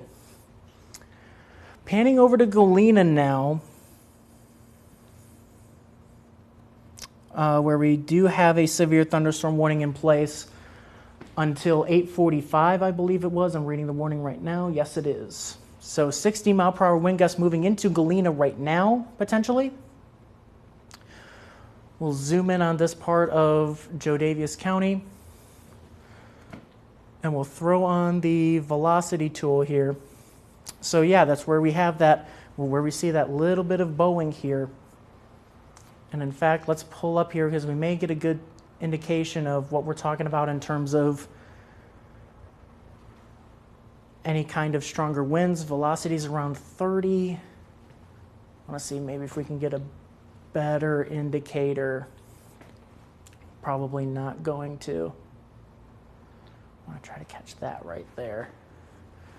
Yeah, only about 30 miles per hour. So not necessarily getting the best look at this in terms of radar, in terms of the velocity tool. You kind of have to get to the radar beam just right, but nonetheless, be ready for some pretty strong wind gusts now moving into the city of Galena and onwards down towards down US 20 here, eventually towards Elizabeth here. Also watching out for the Guilford community, then eventually areas like Scales Mound and eastward towards Apple River. That's going to be where we have the strongest wind threat with this storm moving through Joe Daviess County.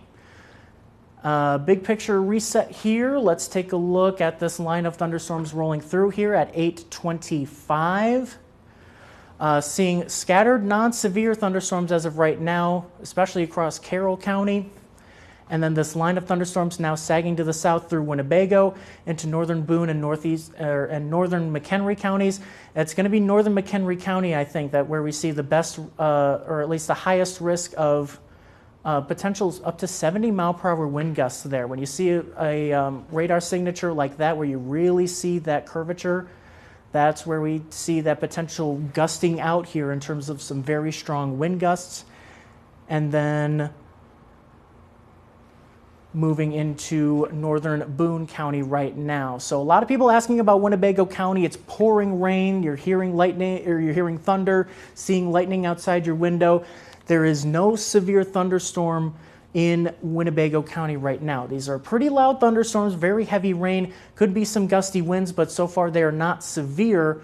What we are seeing here, and let me zoom in here towards Winnebago and Boone counties here, is because we're looking at potential 70-mile-per-hour winds across northern Boone County. And I just want to check velocity here real quick. That's where we see the strongest thunderstorm activity is into Boone County. So I'm sure, Poplar Grove saying it's very dark. It's going to be pouring rain, strong winds here. You're under a severe thunderstorm warning in Poplar Grove, in Capron.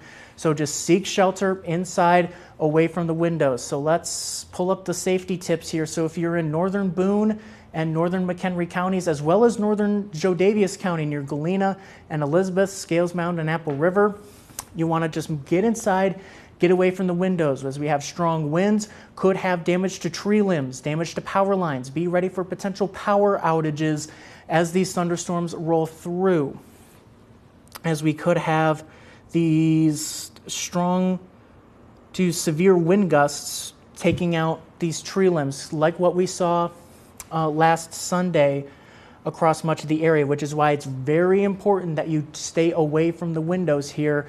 Try to look at it from a distance. I know we want to look outside. It's the Midwest. We're used to these thunderstorms, but just try to keep your distance, okay? We could be seeing some tree damage here with these particularly strong wind gusts that are moving across now northern Boone and into northern McHenry counties. Still have that active tornado warning here across Wallworth County. Thankfully looking like it's passing to the south of Alpine Valley, but still, they really got to be making sure that they're taking shelter there. And now we're starting to hear the heavy rain here at our station. And in fact, if I can ask our control room, let's take the downtown camera. Let's take the downtown camera full here. Let's show you what's going on here in downtown Rockford. No severe thunderstorm warning for the city of Rockford. Very dark there, as you can see here, already at 8:30. Here, I can actually take a look here. There we go.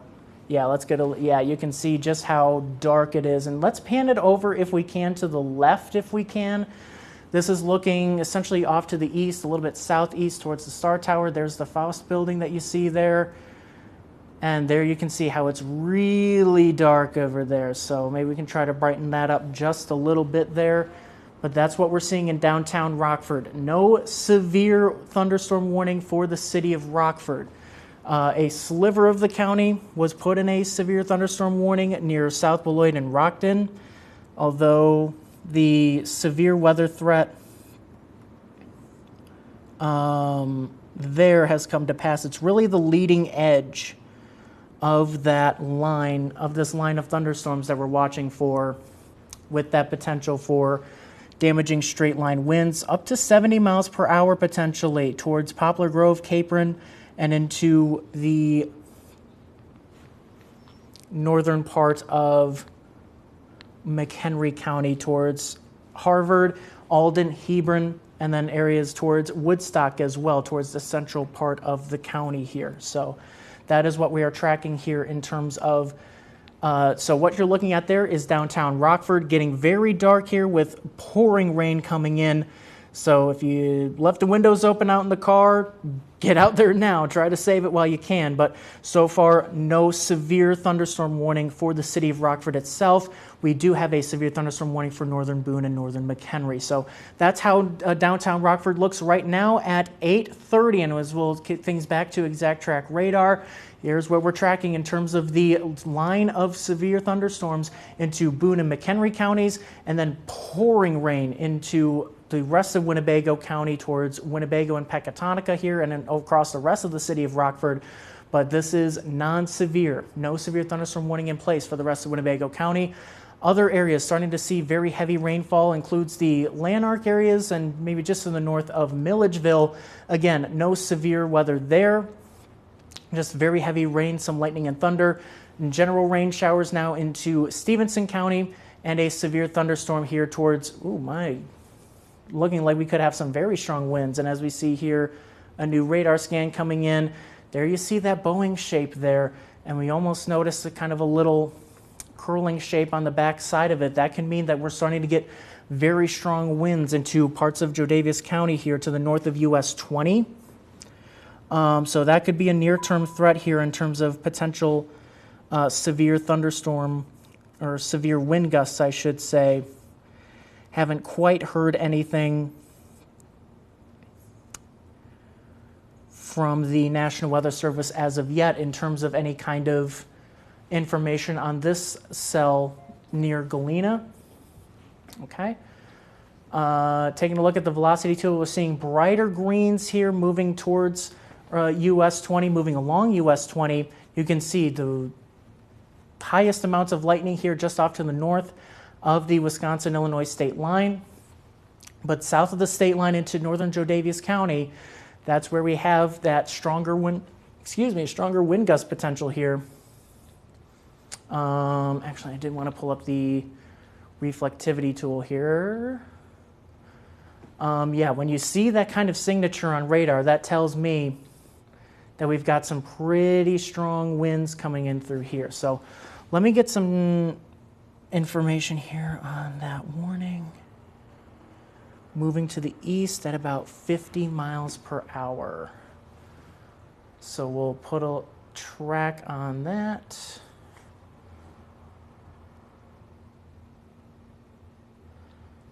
Okay, so these are approximate arrival times. So Scales Mound is pretty much right on top of you now.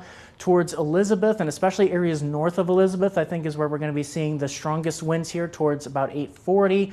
Stockton towards 850, and then crossing into Stevenson County towards Lena at 905, and then towards Freeport at about 920. And these kinds of situations here with the signature that I'm seeing there, these tend to speed up a little bit. So these could be a little bit earlier than these arrival times. So of course, just these are approximate arrival times. So you want to plan on taking shelter, just making sure that you are being safe from these thunderstorms before the times that you see there on your screen. But when you see that signature, very strong indication that we could have some severe wind gusts. So severe thunderstorm warning continues for northern Jodavious County for the next 10 minutes. I have relatively no doubt that that'll get extended. Oops, didn't mean to do that. Later on, but the National Weather Service will be making that determination here shortly, I would imagine. Getting over to the east here. There we have those active tornado warnings across Wallworth County, now stretching into Kenosha County. However, the tornado threat is staying off to the north of the Wisconsin state line.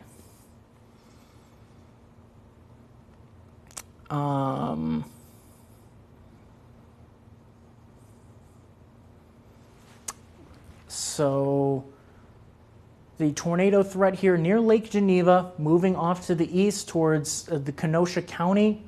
However, across northern Boone and northern McHenry counties, we're talking about damaging straight line winds. Haven't seen any indications of any kind of rotation in that part of the county.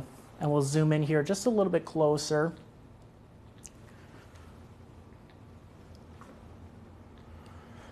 just to give you a better indication of where we're talking about. So the strongest of the winds have passed through Harvard, reaching towards Alden and Hebron here. This is Route 173. And then this is Route 47 here that comes south to Woodstock. And then this is US 14 here between Harvard and Woodstock here.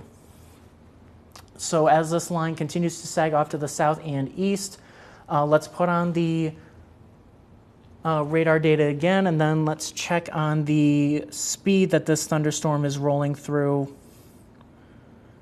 northern Boone and northern McHenry. So the part of Winnebago County that was under this warning has been taken out at this point. So areas of South Belen and Rockton, the severe weather threat has cleared. It's mainly shifted to northern McHenry County as well as far northern Boone County. So as you can see now, rain starting to pour in Poplar Grove, and this is slowly sagging off to the south towards Belvedere. No severe thunderstorm warning for Belvedere, but still could have very heavy rainfall moving into the rest of Boone County here in the next half hour.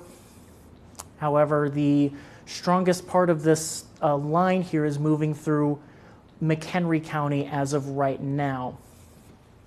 So let's put a storm track on this.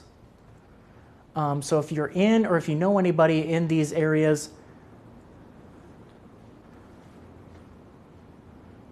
let them know, give them a call, and tell them that, hey, we've got potentially 70-mile-per-hour wind gusts with this line. So towards McHenry here at about 8:45, towards Wakanda at about 9 o'clock, towards Algonquin at 9:05, reaching the Elgin area towards 9:20.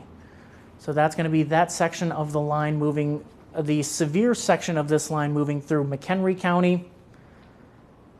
And then looks like we have a brand new warning, and I have a suspicion that this is going to be that, yes it is. Okay, so this is going to include much of Joe Daviess County, including Stockton, Elizabeth as well, and then just about all of Stevenson County. This is a severe thunderstorm warning until 9:30, including the Freeport areas. So I'm just going to ask my control room here, just let me know when we can jump on air, do a quick cut in here just to let our viewers in Stevenson County know that now we have a severe thunderstorm warning for them as this continues to move along. So if you can let me know, that'd be great. Okay, yep, just let me know when we can, and then we'll jump on air, just do a quick cut in. So, alrighty, so let's just do a quick on-air cut in for those watching on Channel 13. We'll be right back in just a moment.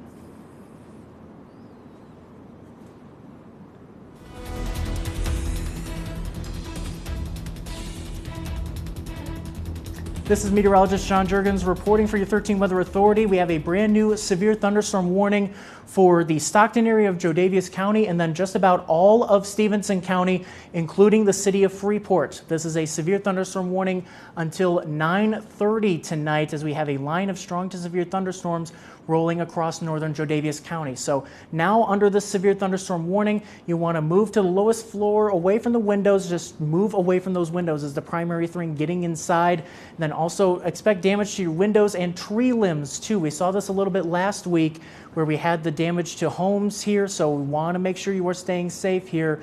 Stay away from the windows, as we could have tree damage and power line damage too. Be prepared for potential power outages and flooding rainfall with this thunderstorm now across Joe Daviess County, moving off to the east towards Stockton, and then also into Freeport. The rain that's going on across Stevenson County there, not severe. It's going to be this line of thunderstorms here near Elizabeth right now, moving off to the east towards you, kind of along US 20, reaching the Freeport areas here in the next about half hour or so.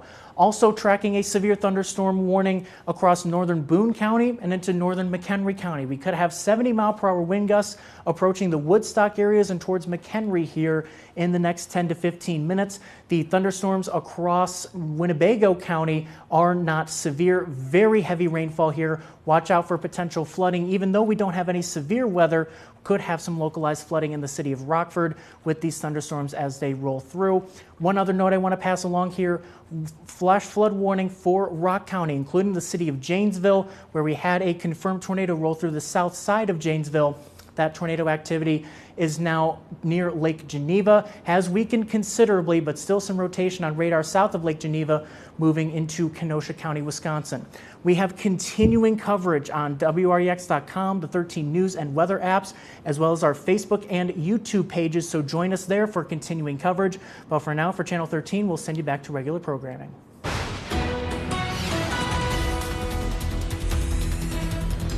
And this is Meteorologist John Jurgens back on our online platforms here. So as we continue to track this line of strong to severe thunderstorms rolling across northern Illinois now, especially northern McHenry County, where we're seeing that 70-mile-per-hour wind gusts, and very heavy rain across Winnebago County, most of Winnebago County, but this is non-severe. I want to stress that this is non-severe thunderstorm activity, and now a brand new severe thunderstorm warning for Stevenson County. And we may have a new severe thunderstorm warning now. Let's see where we have this warning issued. Okay, so this is for that segment of the line that's moving into the Chicago suburbs. So McHenry areas just to the north of Algonquin, just to the north of Crystal Lake now under a severe thunderstorm warning until 9:30. This also includes much of Lake County, Illinois. So the Waukegan areas towards Gurnee and Six Flags. If you know anybody that came through the or is going to Six Flags today, give them a call. Just tell them that, hey, we've got a pretty strong line of thunderstorms rolling through. Could have some 60 to 70 mile per hour wind gusts with those. So if you're under a severe thunderstorm warning into northern McHenry County, northern Boone County, as well as into Stevenson County and most of Jodavious County, you want to get inside, get away from those windows. We could have tree damage, also could have damage to your windows as well. Also could have power line damage, so be ready for potential power outages with these thunderstorms and that potential for flooding rainfall here. So that's what we're seeing here with Exact Track radar. You can see very heavy rainfall being associated with that near US 12 here in the far northwestern corner of McHenry County. Now jumping over to Stevenson County, where we were watching before. As you can see, a lot of heavy rainfall across Stevenson County. This is not the severe activity. It's going to be this that's moving along US 20 towards Stockton and towards Apple River, that we have that could have some 60-mile-per-hour wind gusts associated with that as it moves off to the east into the Freeport area. So Lena, Winslow, Pearl City, Freeport, Rydot, Dakota, Rock City, Davis, and then the Stevenson County side of Lake Somerset. That's where we have a severe thunderstorm warning in place until I believe it was 9:30 was the expiration time there on that warning. We're starting to get so many warnings that we're starting to lose track of the warning expirations. I believe it was 9:30. That would be a sensible timing there. I would think, yes, 9:30, considering it's 8:45 right now. So we've been doing this continuing coverage here for about 2 hours now, and we're starting to see this line now just starting to move through the northernmost tier of counties across northern Illinois. And I'll just kind of do a reset here just to show, there we go, where we're getting the heaviest of the rainfall, really across the northern halves of McHenry, Boone, and then into most of Winnebago counties right now, including the city of Rockford. Again, just want to stress, we do not have a severe thunderstorm warning for Winnebago County, but still pouring rainfall. And in fact, we could probably see some flooding in the city of Rockford. We just generally tend to see that with these kinds of thunderstorms here.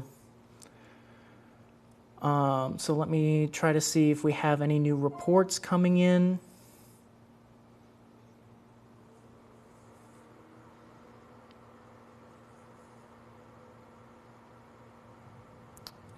Let's see here. Nicole saying rain started on the west side, lights flickering. Yeah, we're starting to see those kinds of concerns here. Even with these non-severe thunderstorms, there could be some stronger wind gusts embedded with them. Non-severe, but still could cause the lights to flicker a little bit. The highest risks of power outages would be into northern McHenry County, where we have the strongest wind gusts, and then into potentially Stevenson County, as this line of thunderstorms in Jodavious County approaching Stockton here moves off to the east. So I did have someone asking about timing for Freeport here with that severe thunderstorm, which I can do here. So let's zoom in on that. let's just check in on the timing here. I just want to make sure that we're getting the best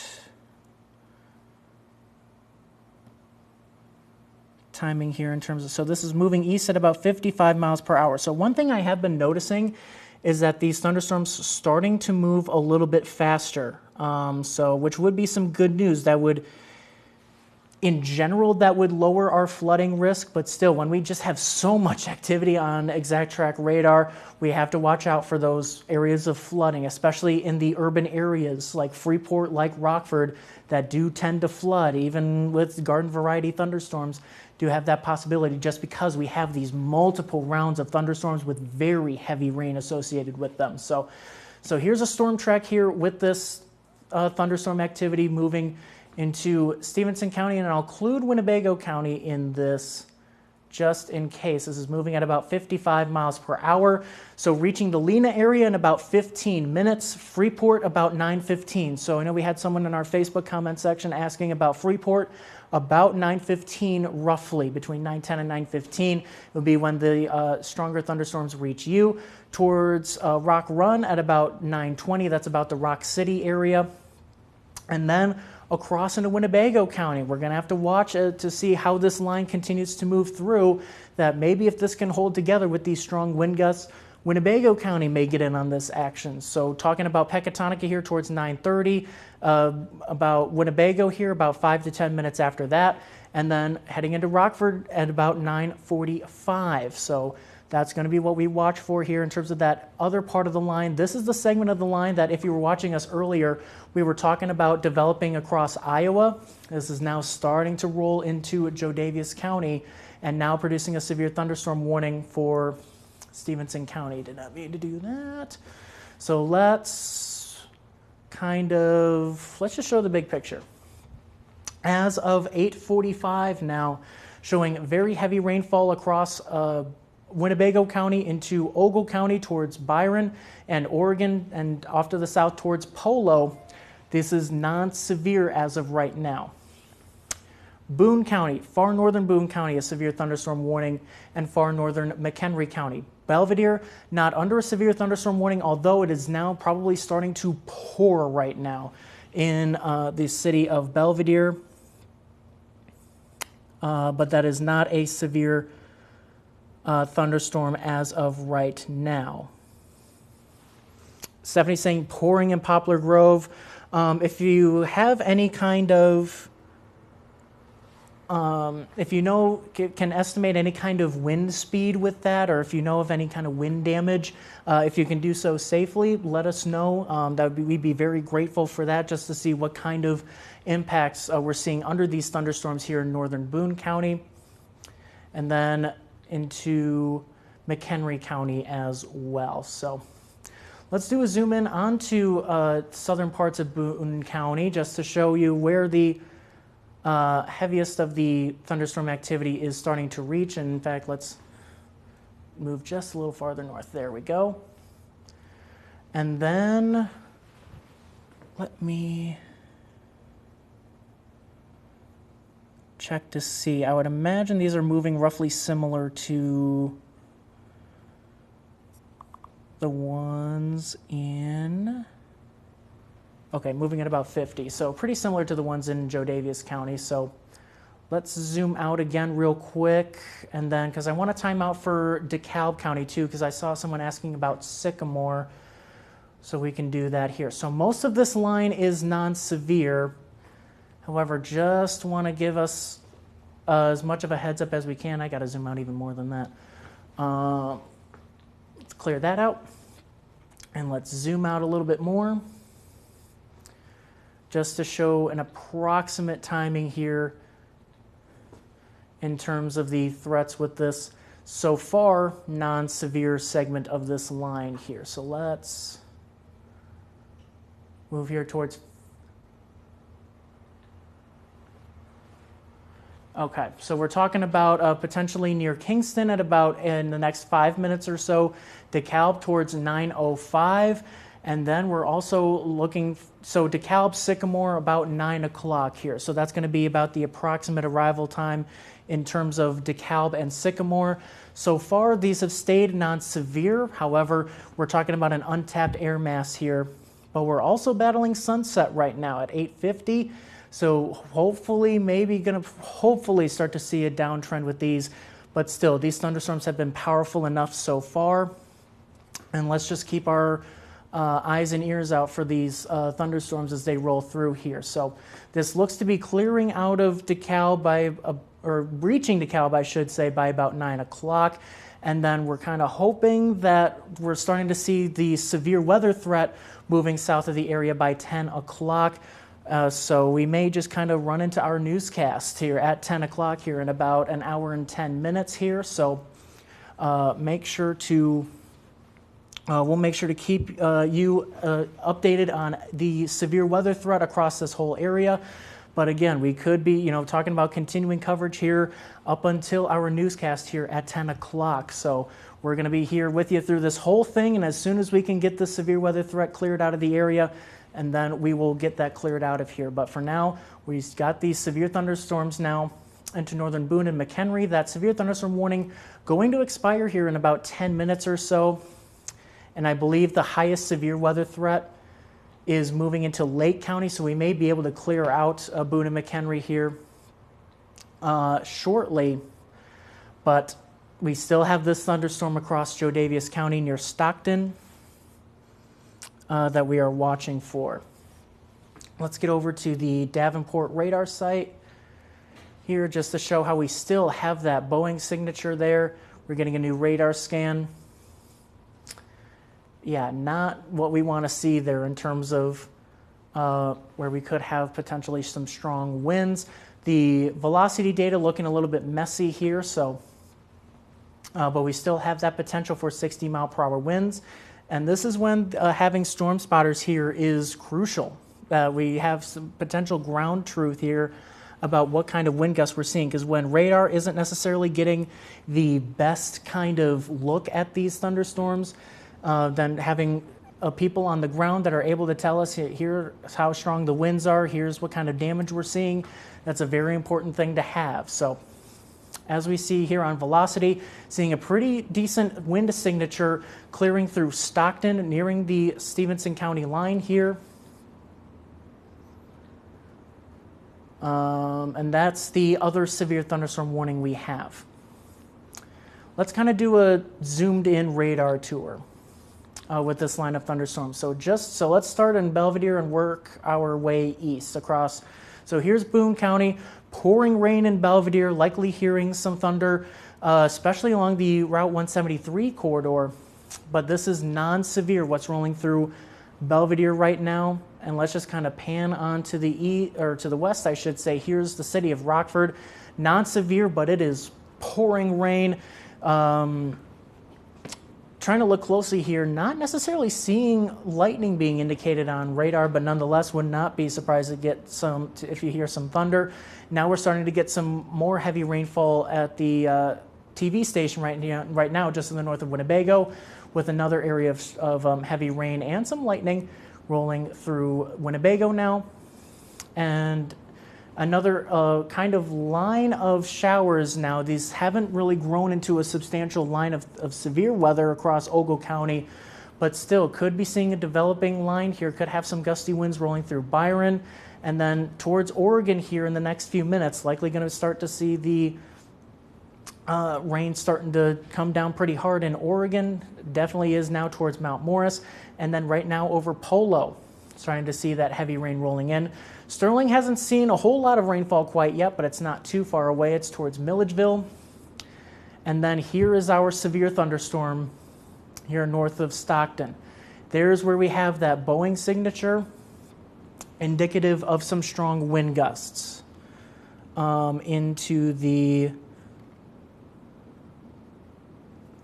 now starting to cross into Stevenson County. So here's Lena, Winslow is up here, and then there's Pearl City there. Getting in on the heavy rain, but so far the strongest winds have been staying off to the north. So if you're in Lena, If you're in Pearl City right now, looking like the strongest part of the storm just went through Warren and Nora, moving towards Lena and Winslow here in the next about 5 to 10 minutes. And very heavy rain now on top of Savannah so far, looking at non-severe at this point, not seeing too much there in terms of lightning. So there's the kind of zoomed in radar tour as we see it right now.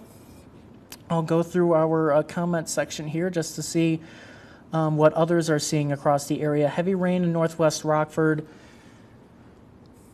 Let's see here. Yeah, raining very hard in the city of Rockford right now. Ashley saying mother-in-law had a tornado. She lives in southern Wisconsin. We've had multiple reports of multiple tornadoes across southern Wisconsin, including one that came through the south side of Janesville. Still haven't heard anything about any kind of damage that we've heard quite yet, but we saw debris being lofted on radar, which is never a good thing. So we had a particularly damaging tornado roll through the south side of Janesville tonight. And of course, we just hope that everybody's okay. And of course, here at 13 News at 10, we'll have the latest here in recapping the damage and the information that we do have coming out of Janesville. That's coming up here in the next 10 minutes or so. So hopefully everybody that we know or anybody that's watching in southern Wisconsin is safe tonight. But we had a very scary situation there in the south side of Janesville earlier on. Stephanie saying pouring in Poplar Grove. Mason saying pouring down rain, no thunder. I believe that was in Rockford. And we also have Tony asking about Freeport and Zach about Pecatonica. So let's just take a look here. First off, Freeport, some pretty heavy rain right now, but you're under a severe thunderstorm warning with potential strong wind gusts with this line of thunderstorms moving out of Stockton. Could have some strong winds approaching Lena here in the next 5 minutes, and then kind of coming down US 20 here towards Freeport, Cedarville, Orangeville here. In the next about 15 minutes or so, I would estimate about 9:10, 9:15 for the Freeport area in terms of seeing the severe weather. Pecatonica, likely seeing some pretty heavy rain right now. The heaviest with the initial batch of rain has moved out, still now moving across the south sides and east sides of Rockford, which are classic areas where we see flooding. I mean, I've heard flooding on Broadway, flooding on Charles Street. I can't tell you how many times I've heard that. So this is a pretty flood-prone part of the city. So if you are planning any kind of travel through the city, I caution you to just stay aware of the road conditions. Do not drive in any flooded roadways, especially because it's getting pretty dark out there now, so that it's going to be pretty difficult to see just how high the floodwaters are on the roadway. So remember to turn around and don't drown if you encounter a flooded roadway, because there are some pretty flood-prone spots in the city that may be seeing some as we have pouring rain rolling through here with more potentially on the way. Do want to update here on the watches here. So no changes to the watch as we had them, as we had those updates here about, oh man, I think we had about an hour ago, maybe even 2 hours ago. I'm starting to lose track of time now. So southern Wisconsin here, still a tornado watch until 10 p.m. All of northern Illinois in a severe thunderstorm watch until 1 a.m., but the severe weather threat will be cleared much earlier than 1 a.m. I think the 10 p.m. is definitely good for southern Wisconsin. I think most of northern Illinois will be clear by about 10 o'clock, maybe areas near I-88, maybe lasting just a little bit longer than that. So Mason's asking, is there going to be a tornado in Rockford? I think that threat is pretty much gone down to about zero at this point. In terms of the city of Rockford itself, I think the greatest of any kind of tornado threat is moving into the Kenosha area. We still could have an embedded circulation along the leading edge of this line of thunderstorms. However, the tornado threat has pretty much, I don't want to say it's gone away completely. However, it's very slim at this point. We've reached that point to where damaging winds have pretty much overwhelmed the tornado threat in terms of the severity of any kind of concern. So I can't give a 0% chance given all clear that there will not be a tornado along this line, because we still could have an embedded spin up. However, damaging winds definitely much more the primary threat here. We still have active tornado warnings in the Kenosha area with that same circulation that went through Janesville, but that has stayed off to the north of the Wisconsin state line, and we have not seen any spin-ups along the leading edge of the line of thunderstorms as it came through in northern Illinois. I would anticipate that that trend would continue, that the tornado threat very low across northern Illinois. Still just looking at that damaging wind threat and that flooding rainfall threat. We have that flash flood warning in place for central Rock County. Let's take a look at the radar estimated rainfall, and you can see where we've had tremendous amounts of rain across southern Wisconsin into Greene and Rock counties. And then we'll get that information coming in as these thunderstorms roll through northern Illinois. However, I just want to zoom in here to show these areas where they've seen the heaviest rainfall there. Radar estimating about 3.5 inches of rainfall with the thunderstorm activity over the course of this afternoon and evening in rural Rock County west of Janesville. And I would assume a similar kind of reading there. Yeah, near 3 inches in terms of the rainfall in Rock County. So that's where we've definitely seen the heaviest of the rainfall. Northern Rock County, about 2 inches of rain. Now, northern Boone County did not get a lot of rain earlier on today. So hopefully seeing some more, I guess, kind of inhibition of flooding just because the soil hasn't gotten as much rain earlier on today, so it's less soaked, which means that the soil is able to soak in a little more, unlike what we're seeing in Rock County, where they've just had periods of very heavy rainfall, not even just this morning, even over the last few days, which is why that flooding threat was really highest across southern Wisconsin. That certainly seems like the case when we're talking about 3.5 inches of rain just in the last few hours in Rock County. So very serious situation there. In terms of ongoing rainfall rates right now, very heavy rainfall, especially into McHenry County.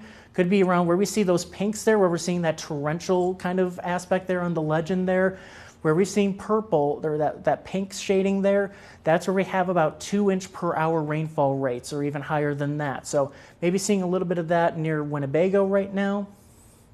Then also across southern Joe Davis County, just to the north of Savannah, could be seeing some very heavy rainfall. Same story in Galena. May have another thunderstorm rolling in through there right now, non-severe as of this point. So updating that severe thunderstorm. Well, first off, let's update Boone and McHenry counties. Now that it's 9 o'clock, that severe thunderstorm warning has been allowed to expire for Boone and McHenry counties. So the only severe thunderstorm warning we have on the board, and I hope I'm not jinxing myself here, the only severe thunderstorm warning that we have on the board right now is in Stevenson County. Pretty much the entire county, including the city of Freeport, with this area of thunderstorm activity. Now, it does not look as pronounced as it did about a half hour or so ago, so that's some good news there. Let's check the velocity tool just to see, and let's move to the Davenport radar site. Yeah, still fairly messy, but still could see some pretty strong wind gusts. And let's look at that area near Savannah, where we're seeing some brighter colors there. I'm hoping that we can get a good reading in terms of the wind speeds there, where we see those bright greens, maybe upward to 35 to 40 miles per hour. Moving into Savannah right now. So we could have some stronger winds with this. Haven't seen a severe thunderstorm warning come up for Carroll County, but that's going to be something to watch out for here, as we may have some stronger winds start to come in through Carroll County. So far, non-severe at this point. So let's do the regional view right now, and then let's kind of put things on a loop just to see how these storms are moving. So as you can see, pretty much straight west to east. So, and as I'm watching this right now, I'm just kind of watching these latest loops here. We may start to see some flooding concerns near the US 20 corridor. So areas like Joe Davis, Stevenson, into Winnebago counties, maybe eventually towards Boone and McHenry, just because we've had this line come through with torrential amounts of rain that are still rolling through. We're going to have this activity starting to roll across parts of this area, And there's that thunderstorm that's across Galena, though that does look like it may be trying to weaken just a little bit. Let's go over to the Davenport area, get a better look at it. Yeah, not necessarily as strong as it was before. This atmosphere is starting to get a little worked over here with these thunderstorms overhead. So just want to give a little bit of a heads up here that we could have some flooding concerns for areas like Freeport towards Rockford, maybe towards Belvedere as well, mainly areas near the US 20 corridor and those counties, just because we could, we're seeing these repeated rounds of rainfall, and that's what we were talking about before, the thing that we were worrying about with that flooding potential, that we have these repeated rounds of thunderstorms rolling through. Looks like I have some good news to report for once. The tornado watch has been canceled for Green Rock and Wallworth counties. So severe weather threat for our southern Wisconsin area is over. And then now our focus turns to northern Illinois, where we have these thunderstorms rolling through right now. Here's where you see that severe thunderstorm watch in place until 1 a.m., but like I've been saying before, the severe weather threat will end much earlier than that. Even the tornado watch canceled early for Green Rock and Wallworth counties, now expired here as of 9:06. So thankfully we have some good news there. But the severe thunderstorm watch does continue for all of northern Illinois, and there you see why. Very heavy rain, some strong thunderstorms, although we do not have a severe thunderstorm warning for much of the area, just for Stevenson County with a thunderstorm that has been on a bit of a weakening trend, if I've noticed anything with that thunderstorm here as we've been tracking it for the last few minutes. You'll excuse me just 1 second. Okay, the National Weather Service is going to issue a flood advisory for portions of Winnebago and all of Boone and McHenry counties. We're becoming concerned with the east-west, so just what we were talking about before. The National Weather Service is agreeing with that assessment there. So let's see here. Hearing reports of a lot of flooding on Auburn Street in Rockford. That's another typical area that we see some flooding when we have very heavy rain like this, and there are more rounds on the way, especially across the Freeport area, moving off to the east. That's where we're talking about that potential for flooding across far northern Illinois here as we have these repeated rounds of rain. So let me pull up the flood advisory here. I'm going to have to kind of jump into the computer remotely just to show this, that maybe we'll be able to pop that up here. Give me just 1 second. My apologies here. Okay, so that's everything. Let's condense down to flood advisory. So there we go. Okay. And then let me pan it over. So here's that flood advisory that I was just talking about. So pretty much of Winnebago County, exceptions are Pecatonica towards Winnebago, Durand, Lake Somerset, and far northern Winnebago County towards South Beloit and Rockton. Pretty much the rest of Winnebago County, including the city of Rockford, under a flood advisory. And that is also the case for all of Boone County and all of McHenry County. So just to kind of pop that information on screen there, that is a flood advisory until midnight. Until midnight for the areas you see shaded in that light green that you see there across most of Winnebago and all of Boone and all of McHenry counties here. So, okay. And the latest report we have as of right now is that we have damage, or flooding, I should say, along Auburn Street in Rockford, which is a fairly typical part of the city of Rockford that does see flooding in situations like this. So let's put the radar here into a loop, and then I'll keep on looking for any kind of reports here. And if you know of any reports, if you know of any flooding or hope of any damage, If you're on our Facebook page, make sure to send those in to us. We can relay those reports to the National Weather Service, and we can make sure that we can give as much advance notice as we can here as we see the potential flooding situation along the US 20 corridor, especially for the city of Rockford, and then on over towards Belvidere and all of Boone County, and then into McHenry County as well. So that flood advisory, again, is in effect until midnight, and that's just based on the heavy rainfall that we've seen already. As you see there, exact track radar showing those deep red colors that you see moving off to the east, and you see how it's kind of followed the same areas for a little while here. This is a radar loop over the last hour, and you can see here how it's been pouring rain across much of these areas for really the better part of the last 45 minutes. And when you look off to the west, and there's more activity off to the west behind it, now approaching the Freeport area and across northern Carroll County, and another area of thunderstorm activity near Galena in northwestern Joe Davis County, although as you can see there, maybe seeing a little bit of a weakening trend with that activity. At least we would hope so. It does make sense considering that we've just had these multiple rounds of thunderstorms that have kind of worked over this environment in this area. Mason asking about any hail in Rockford. I think we're pretty much clear from any kind of hail threat. The hail threat was very low from the start just because we have warmer temperatures aloft. So hail production was just not going to be very good if there was any at all. Haven't heard any reports of hail. In terms of damage reports here, let's actually take a look at those. In fact, hang on.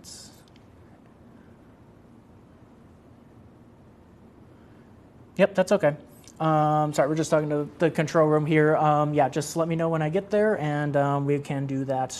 That is perfect. So let's show the damage reports that we have so far. So this has all been confirmed through the National Weather Service. Haven't heard too much with this, too much right now. However, National Weather Service still going through warning operations right now. They're still tracking the ongoing thunderstorms, so they may not have as much time as of right now to go through those damage reports and send those in. However, of course, once we get those, of course, we'll let you know. Looks like we had a strong wind gust there in Stevenson County. Let's take a look here at what maybe, oh, hang on. There we go. See, I know what I'm doing. There we go. What's that near Freeport? Oh, that was 1 o'clock in the morning. Yeah, there was a pretty strong wind gust at about 1 o'clock in the morning. You may have gotten a severe thunderstorm warning early on this morning. However, that is not with this activity. So, and I'm afraid that this may be some of those damage reports here with that. Yep, that's right through the area where we had that tornadic signature roll through. So here's the early rundown of what we know in Janesville as of right now. We're talking about videos of house and tree damage in Janesville at about 8:23. Let's see what this is. Just general thunderstorm wind damage. And in this area, it's likely due to a tornado. We saw that tornadic debris signature. If you watched our coverage earlier, you saw that rotation strengthening up, and then we saw that debris signature, and we knew there was a very dangerous situation going on in southern Janesville. Looks like 3-inch tree limbs broken, power poles broken there across I-39 into eastern Rock County. Let's see here. And notice how this is kind of in a line here. This is why I'm thinking this may be an early kind of tornado track of what we saw there. Another report of 3-inch tree limbs down. And we may even need to zoom in even closer. Let's get another flash flood warning here. So let's take a look at where this flash flood warning is. I have a feeling this, yes, okay. So this is a flash flood warning now for the US 20 corridor from Winnebago and Rockford on off to the east. So pretty much southeastern Winnebago County, the southern 2/3 of Boone County, and the southern 2/3 of McHenry County now under a flash flood warning. This is a flash flood warning now. And let me get an expiration time here. This is a flash flood warning until, not sure I'm not getting that, 1:15 a.m. So now a flash flood warning in place for the city of Rockford, and points to the east, Cherry Valley, Belvedere, Garden Prairie, Marengo, Woodstock, under a flash flood warning now until 1:15. So what does a flash flood warning mean? That means that rapid flooding is occurring in parts of this flash flood warning area. So southeastern Winnebago County into southern 2/3 of Boone County, into the southern 2/3 of McHenry County. If you encounter a flooded road, remember to turn around and don't drown, especially when we're talking about it's 9:15 right now, it's after dark. It's almost impossible to tell just how high the water is, so do not drive through flooded roadways. And also in your home, if you have flooding in your basement, do not go into the water if it is above the electrical outlets. Just be very careful if you notice any flooding in your home due to these rounds of very heavy rain and thunderstorms. If you do see flooding and you're getting concerned that it's getting too close to your home, move to higher ground, especially if you're near a small river or a stream that may be starting to overflow its banks. You want to take this situation very seriously. Flash floods are no joke when we talk about this activity rolling through the area. So here's exact track radar showing just where we have that very heavy rainfall across much of this section of our area. So pretty much along the US 20 corridor, Winnebago to Rockford, over towards Belvedere as well, into McHenry County. Let me get some information here from the National Weather Service. And let's check the warning itself.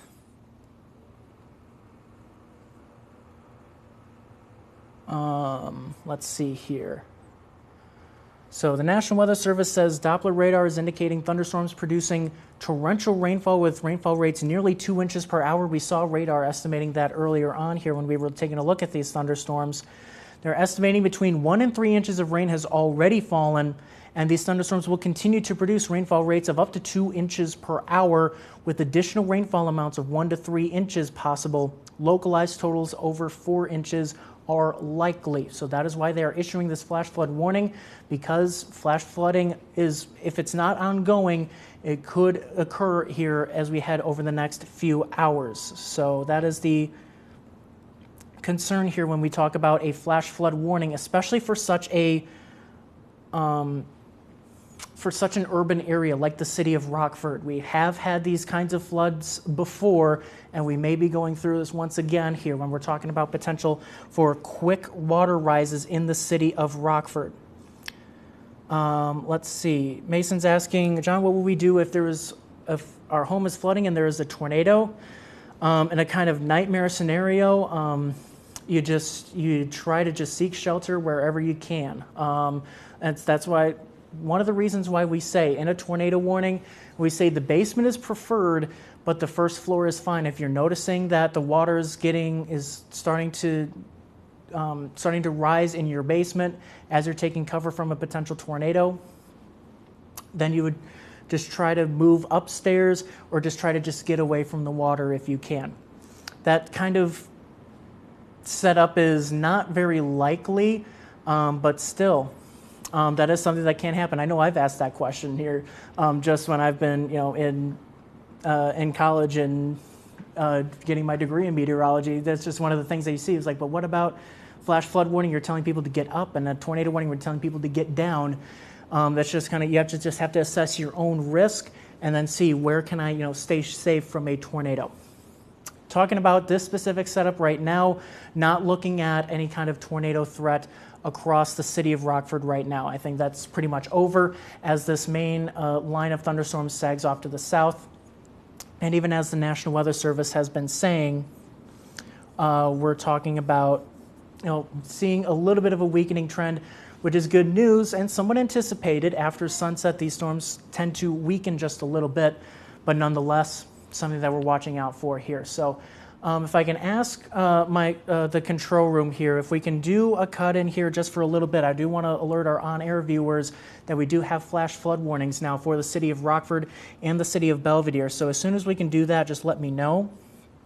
I would like to let our on-air viewers know that may not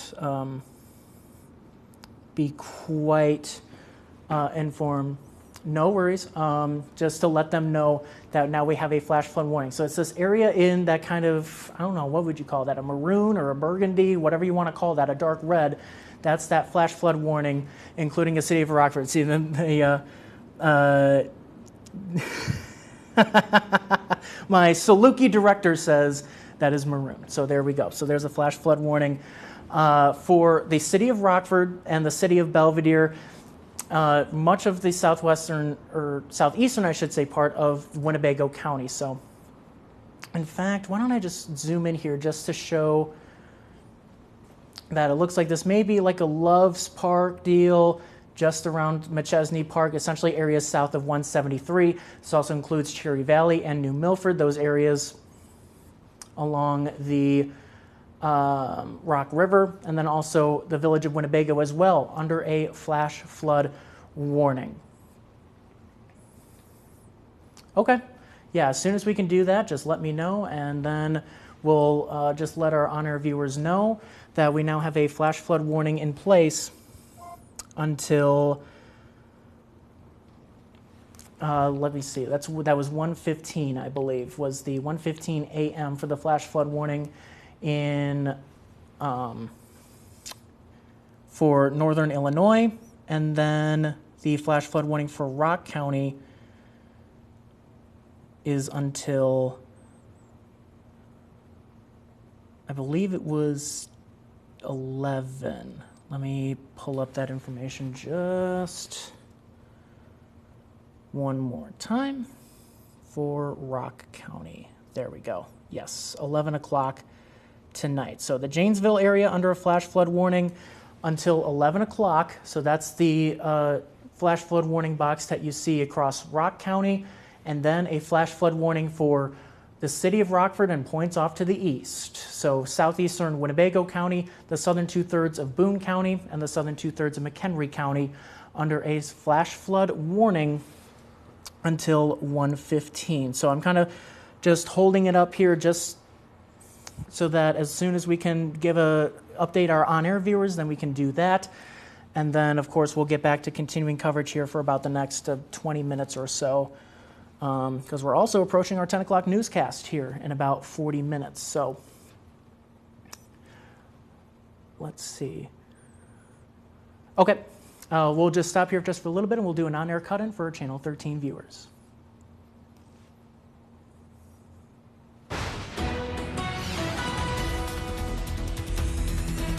This is Meteorologist John Jurgens with your 13 Weather Authority, giving an update for a flash flood warning now for the city of Rockford and much of Winnebago County. This also includes much of Boone County, including the city of Belvedere, and onwards into much of McHenry County. This is a flash flood warning until 1:15. We also have a flash flood warning for most of Rock County, including the city of Janesville, until 11 o'clock tonight. So when we see a flash flood warning issued, that means rapid flooding is either occurring or about to occur. We've seen tremendous amounts of rainfall in these areas, and when we're talking about especially urban areas like the city of Rockford, that threat turns into a concern very quickly. We've already heard reports of widespread flooding on Auburn Street in Rockford, so it's very important to note, do not drive on flooded roadways, especially after dark, because it's nearly impossible to tell just how high the water is.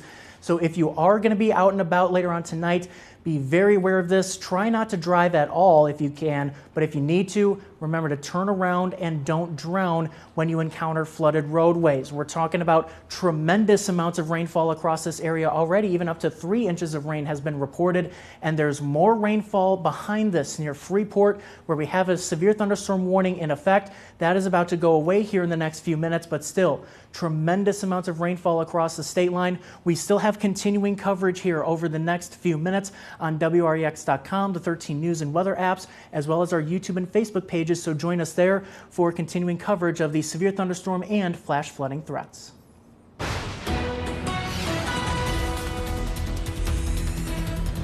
And welcome back to our online coverage of now flash flooding as well as severe weather in the Stateline. We were going over those storm reports here in Rock County with that Janesville tornado, but now I kind of want to focus on the rainfall here, especially when we're talking about this flash flood warning for Rock County until 11 o'clock.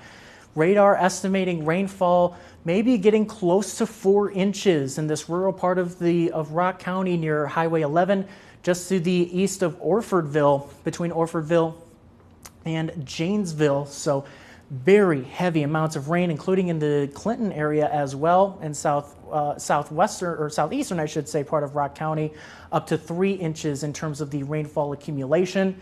And then as we kind of zoom out here, let's kind of get into northern Illinois as of now. You'll notice how it's not as the colors aren't as bright across northern Illinois, but that's because we're still talking about these very heavy rainfall ongoing in parts of these areas. So let's show the details here. It looks like the heaviest rain in northern Illinois has come through Harvard, where we could have around 3 inches of rain has fallen, and then into rural parts of central Winnebago County, about 2 inches of rainfall too. So this is where we're talking about these very fast rainfall rates and can cause heavy amounts of rain in a quick amount of time.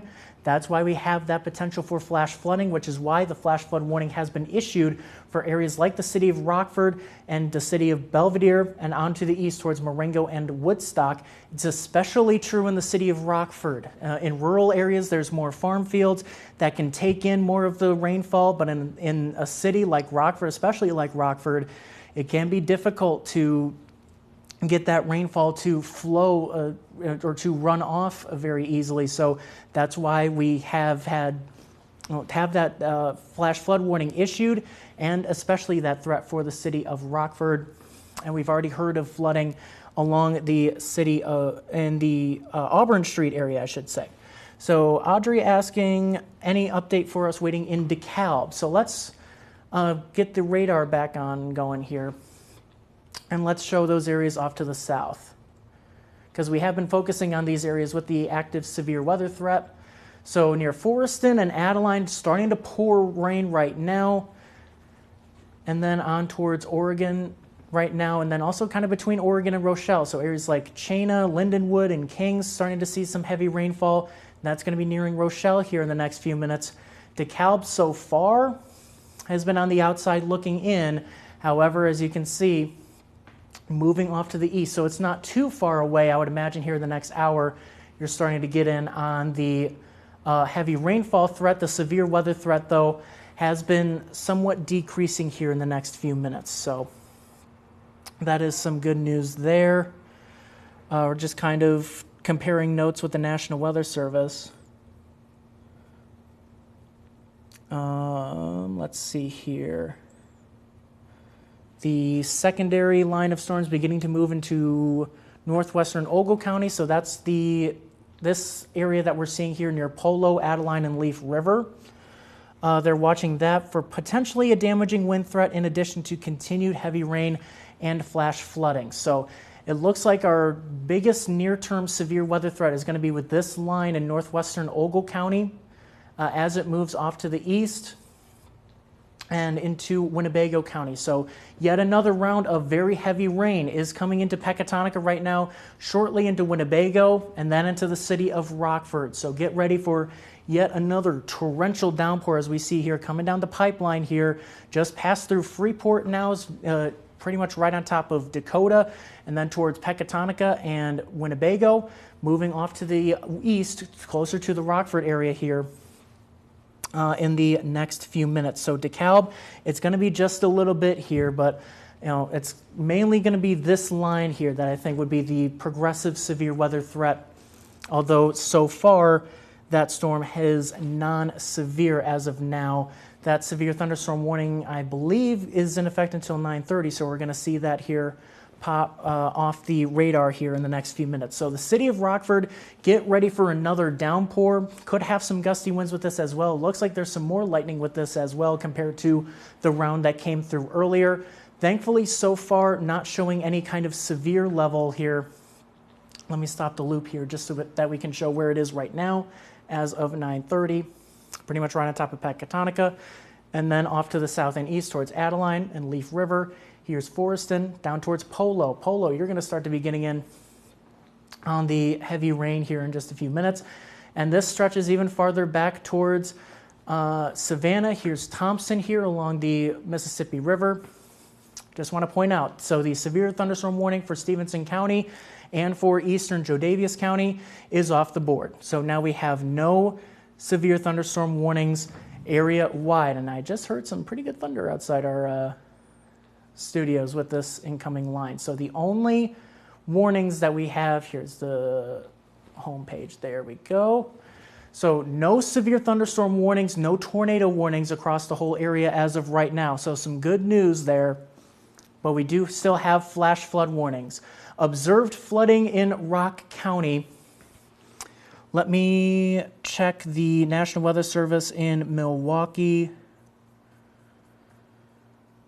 See if we've had any kind of flooding reports or any updates with that flash flood warning, including the city of Janesville, which has already had enough to deal with, especially the southern part of the city, where we have had, appears very likely that we have had a tornado come through the southern part of Janesville earlier on tonight at about 8:30.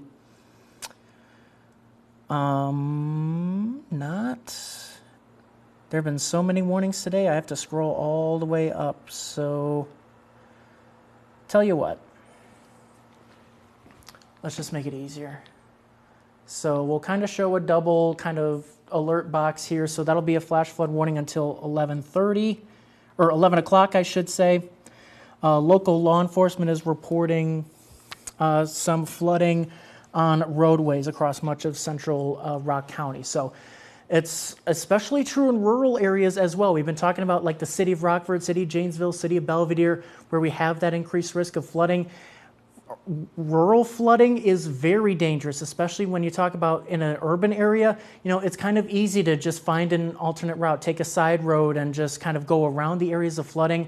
In rural areas, it's more difficult. You know, these are more widespread areas where it's not as easy to, you know, take a side road. You know, we're talking about gravel roads that are not safe at all when we're talking about potential flooding here in terms of these saturated soils that we have here. When we're talking about maybe some areas getting up to 4 inches of rain just tonight, just in the last few hours, we're talking about multiple inches of rain over the last few days. So tremendous amounts of rain across the last few days has led to that increased flooding risk across Wisconsin. But the near term that we've had these very heavy rounds of rainfall, including another one coming down the pipeline here into the city of Rockford. That's why we have a flash flood warning in effect for the city of Rockford, as well as the city of Belvidere and much of Boone County, as well as southern 2/3 of McHenry County. That's until 1:15 a.m. So that's the kind of the difference here. And one of our producers here lives in Freeport, says water on his street is about ankle deep. And that's not surprising when we're talking about the city of Freeport. You know, you guys have had multiple rounds of rain just in the last few hours. This area of rainfall that was near Galena has continued to weaken, so hopefully that can kind of dissipate or at least not add too much. And then there we see. So here's the kind of broader radar look, so you can see how this line starting to get its act together a little bit. So we'll have to watch this area from Carroll County into northwestern Ogle County. Maybe we could have some gusty winds with those. If not, it's the ongoing torrential rainfall with this activity as this slides off to the east and slightly a little bit south of east as well. So there's an initial wave of rain rolling into Rochelle here in the next few minutes, eventually towards DeKalb here by the top of the hour. But then this activity behind it is also kind of chasing it. And that's going to be another round of very heavy rainfall and tremendous amounts of lightning here too. We're seeing that near Savannah. And in fact, we can see just how many lightning strikes there have been.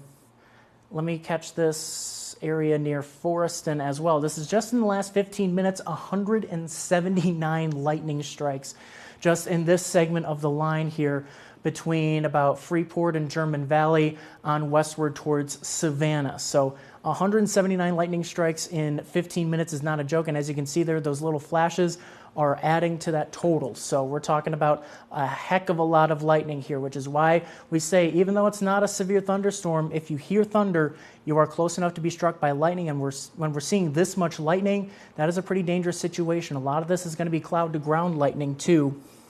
So whenever you have a thunderstorm coming your way, just get inside, just let the storm pass, and then you can get back on to your what you were doing before.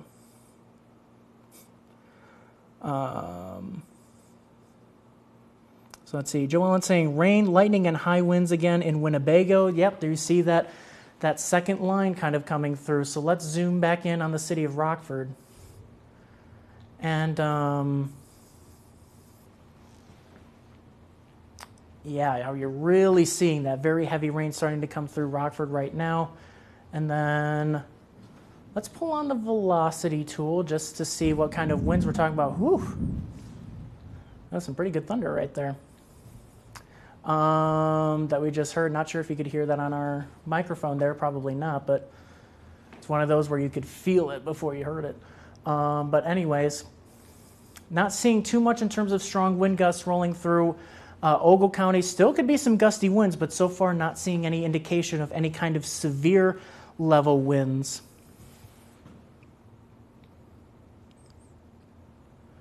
Yeah, we have the flash flood warning for Winnebago and Boone counties, as well as into McHenry County until 1:15. This is, as you know, we're seeing another wave of very heavy rain. So we're already seeing reports of flooding in the city of Rockford, namely Auburn Street.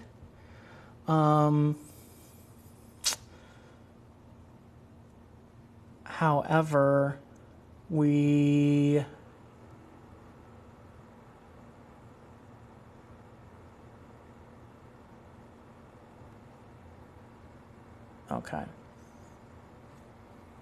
Okay, so that's outside of the area. Okay. Sorry, we're just looking at, saw a report of 60 mile per hour wind gust, but it looks like that was off to the east towards Waukegan, that they had a 60 mile per hour wind gust with that initial line that we were tracking. Now pretty much the focus of any kind of severe potential is along this line that right now the leading edge of it kind of stretches from Byron towards Milledgeville and Thompson. This is moving off to the east at about 45 to 50, maybe even 55 miles per hour. These can tend to speed up a little bit as they kind of progress like this farther to the south and east. So main thing that we've been seeing here, maybe some gusty winds, non-severe kind of wind gusts. Severe wind gusts are 60 miles per hour. So far, haven't seen any indication of any kind of wind gusts that strong. But the other thing is very heavy rainfall that is coming through Ogle County. And I'm sure if you're in Forreston especially, likely getting a lot of thunder there towards Forreston and Leaf River and Adeline. And very heavy rainfall now into the parks and the city of Rockford.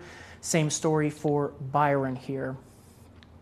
And then off to the west, looking towards Milledgeville, and then areas off to the south and east, including Sterling and Rock Falls. You had a quick shower just rolling through there, but the bulk of the activity yet to reach you. That is moving off to the kind of the east-southeast, I think is a good way to call it there.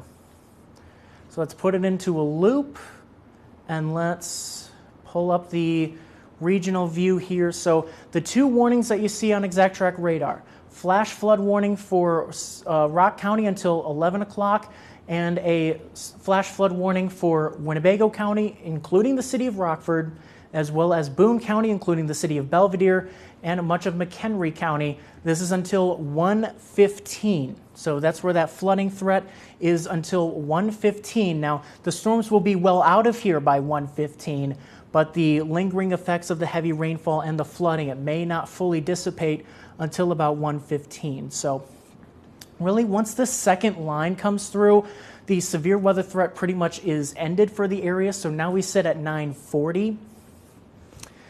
Let's give the, let's put a tracker here. So let's pause the radar right at the current, and then let's do a storm track. here. So the second line right now moving through the city of Rockford.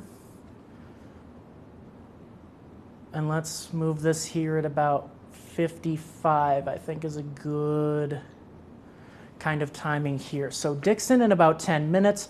Sterling here towards about 9:55. Rochelle by about 10 o'clock. So you're getting a wave of heavy rainfall right now in Rochelle, or areas just to the north of Rochelle right now, so in the next few minutes.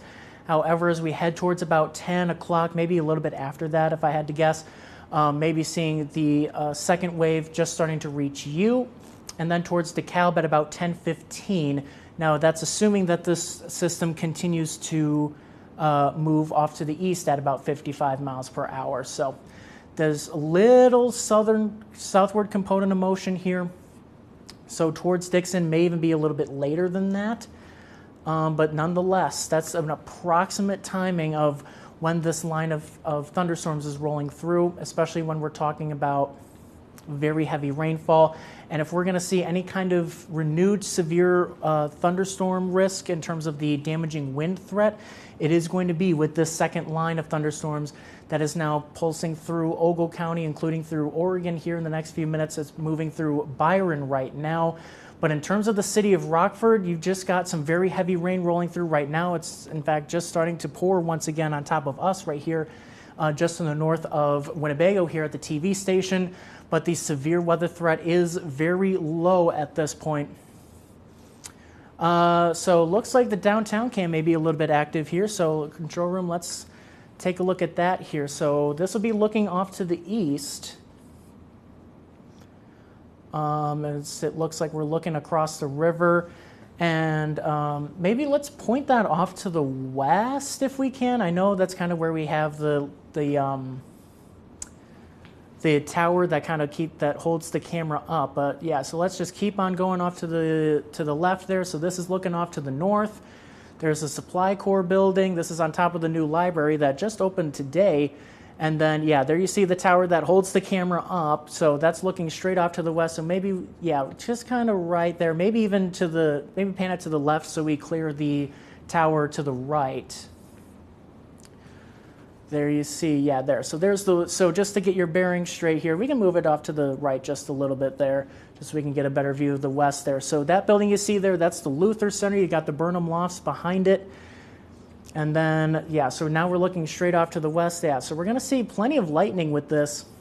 But the big thing that I'm really worried about here with this is going to be the very heavy rainfall that is going to be coming into the city of Rockford once again. Mason saying big cracks of thunder in Rockford, and I'll believe it. I mean, these thunderstorms are starting to pulse up here a little bit.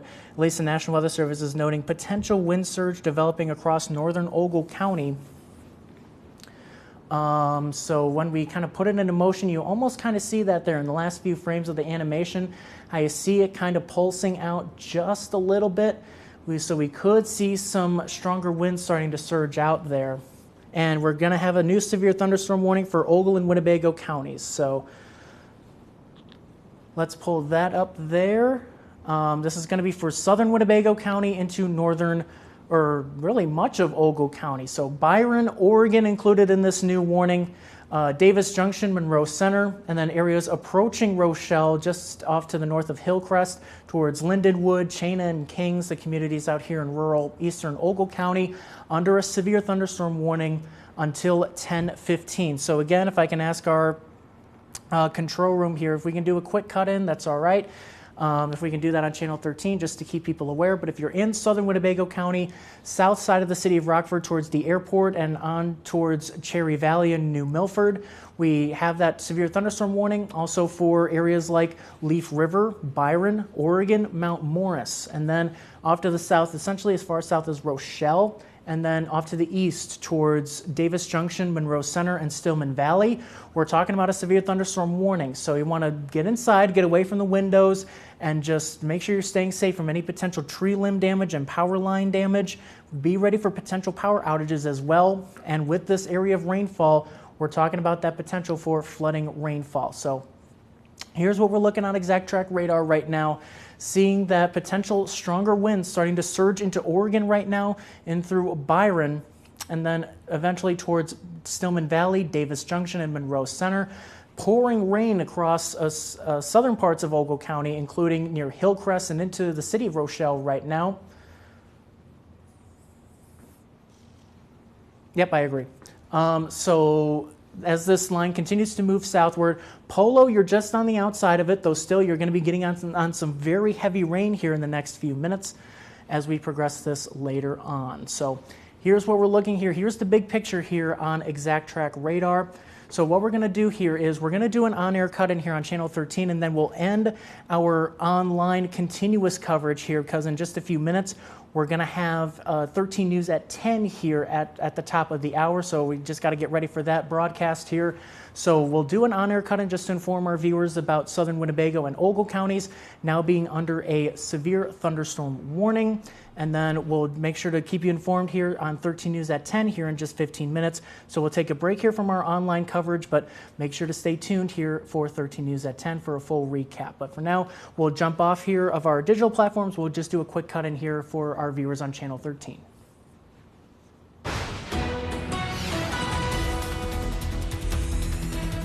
And this is Meteorologist John Jurgens with a brand new severe thunderstorm warning for southern parts of Winnebago and into much of Ogle counties here. So let's zoom in on the areas that are impacted in this severe thunderstorm warning. So this is the south side of the city of Rockford and points off to the south towards the Rockford Airport and New Milford. Same story for Cherry Valley under a severe thunderstorm warning. This is also going to include parts of Ogle County. So areas like Byron, Oregon, as well as Mount Morris. On to the east towards Davis Junction, Stillman Valley, and Monroe Center, towards Linden, Chena, and Kings now under a severe thunderstorm warning until 10:15. So we're continuing to watch for a severe thunderstorm now rolling through. This is that second line of storms that we've been talking about. So you want to just get inside, stay away from the windows, as we could have potential tree damage with these stronger wind gusts, and be prepared for potential power outages as power lines could get taken down.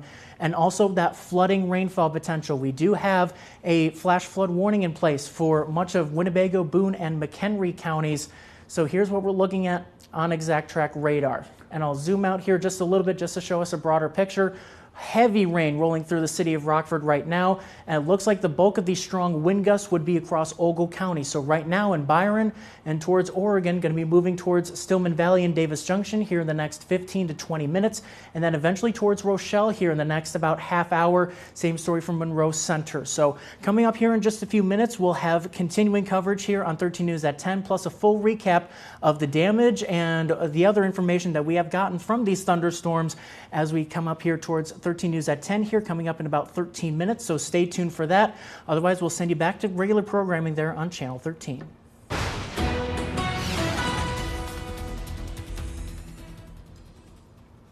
And as you're joining us here on our streaming platforms, we're going to jump off of our streams for right now, just so that we can get ready here for 13 News at 10 here in just a few minutes. So make sure to stand by there. And of course, we'll keep you updated on during our broadcasts. And of course, any new warnings, of course, we'll pass those along to you. But for now, we'll see you here in just a few minutes.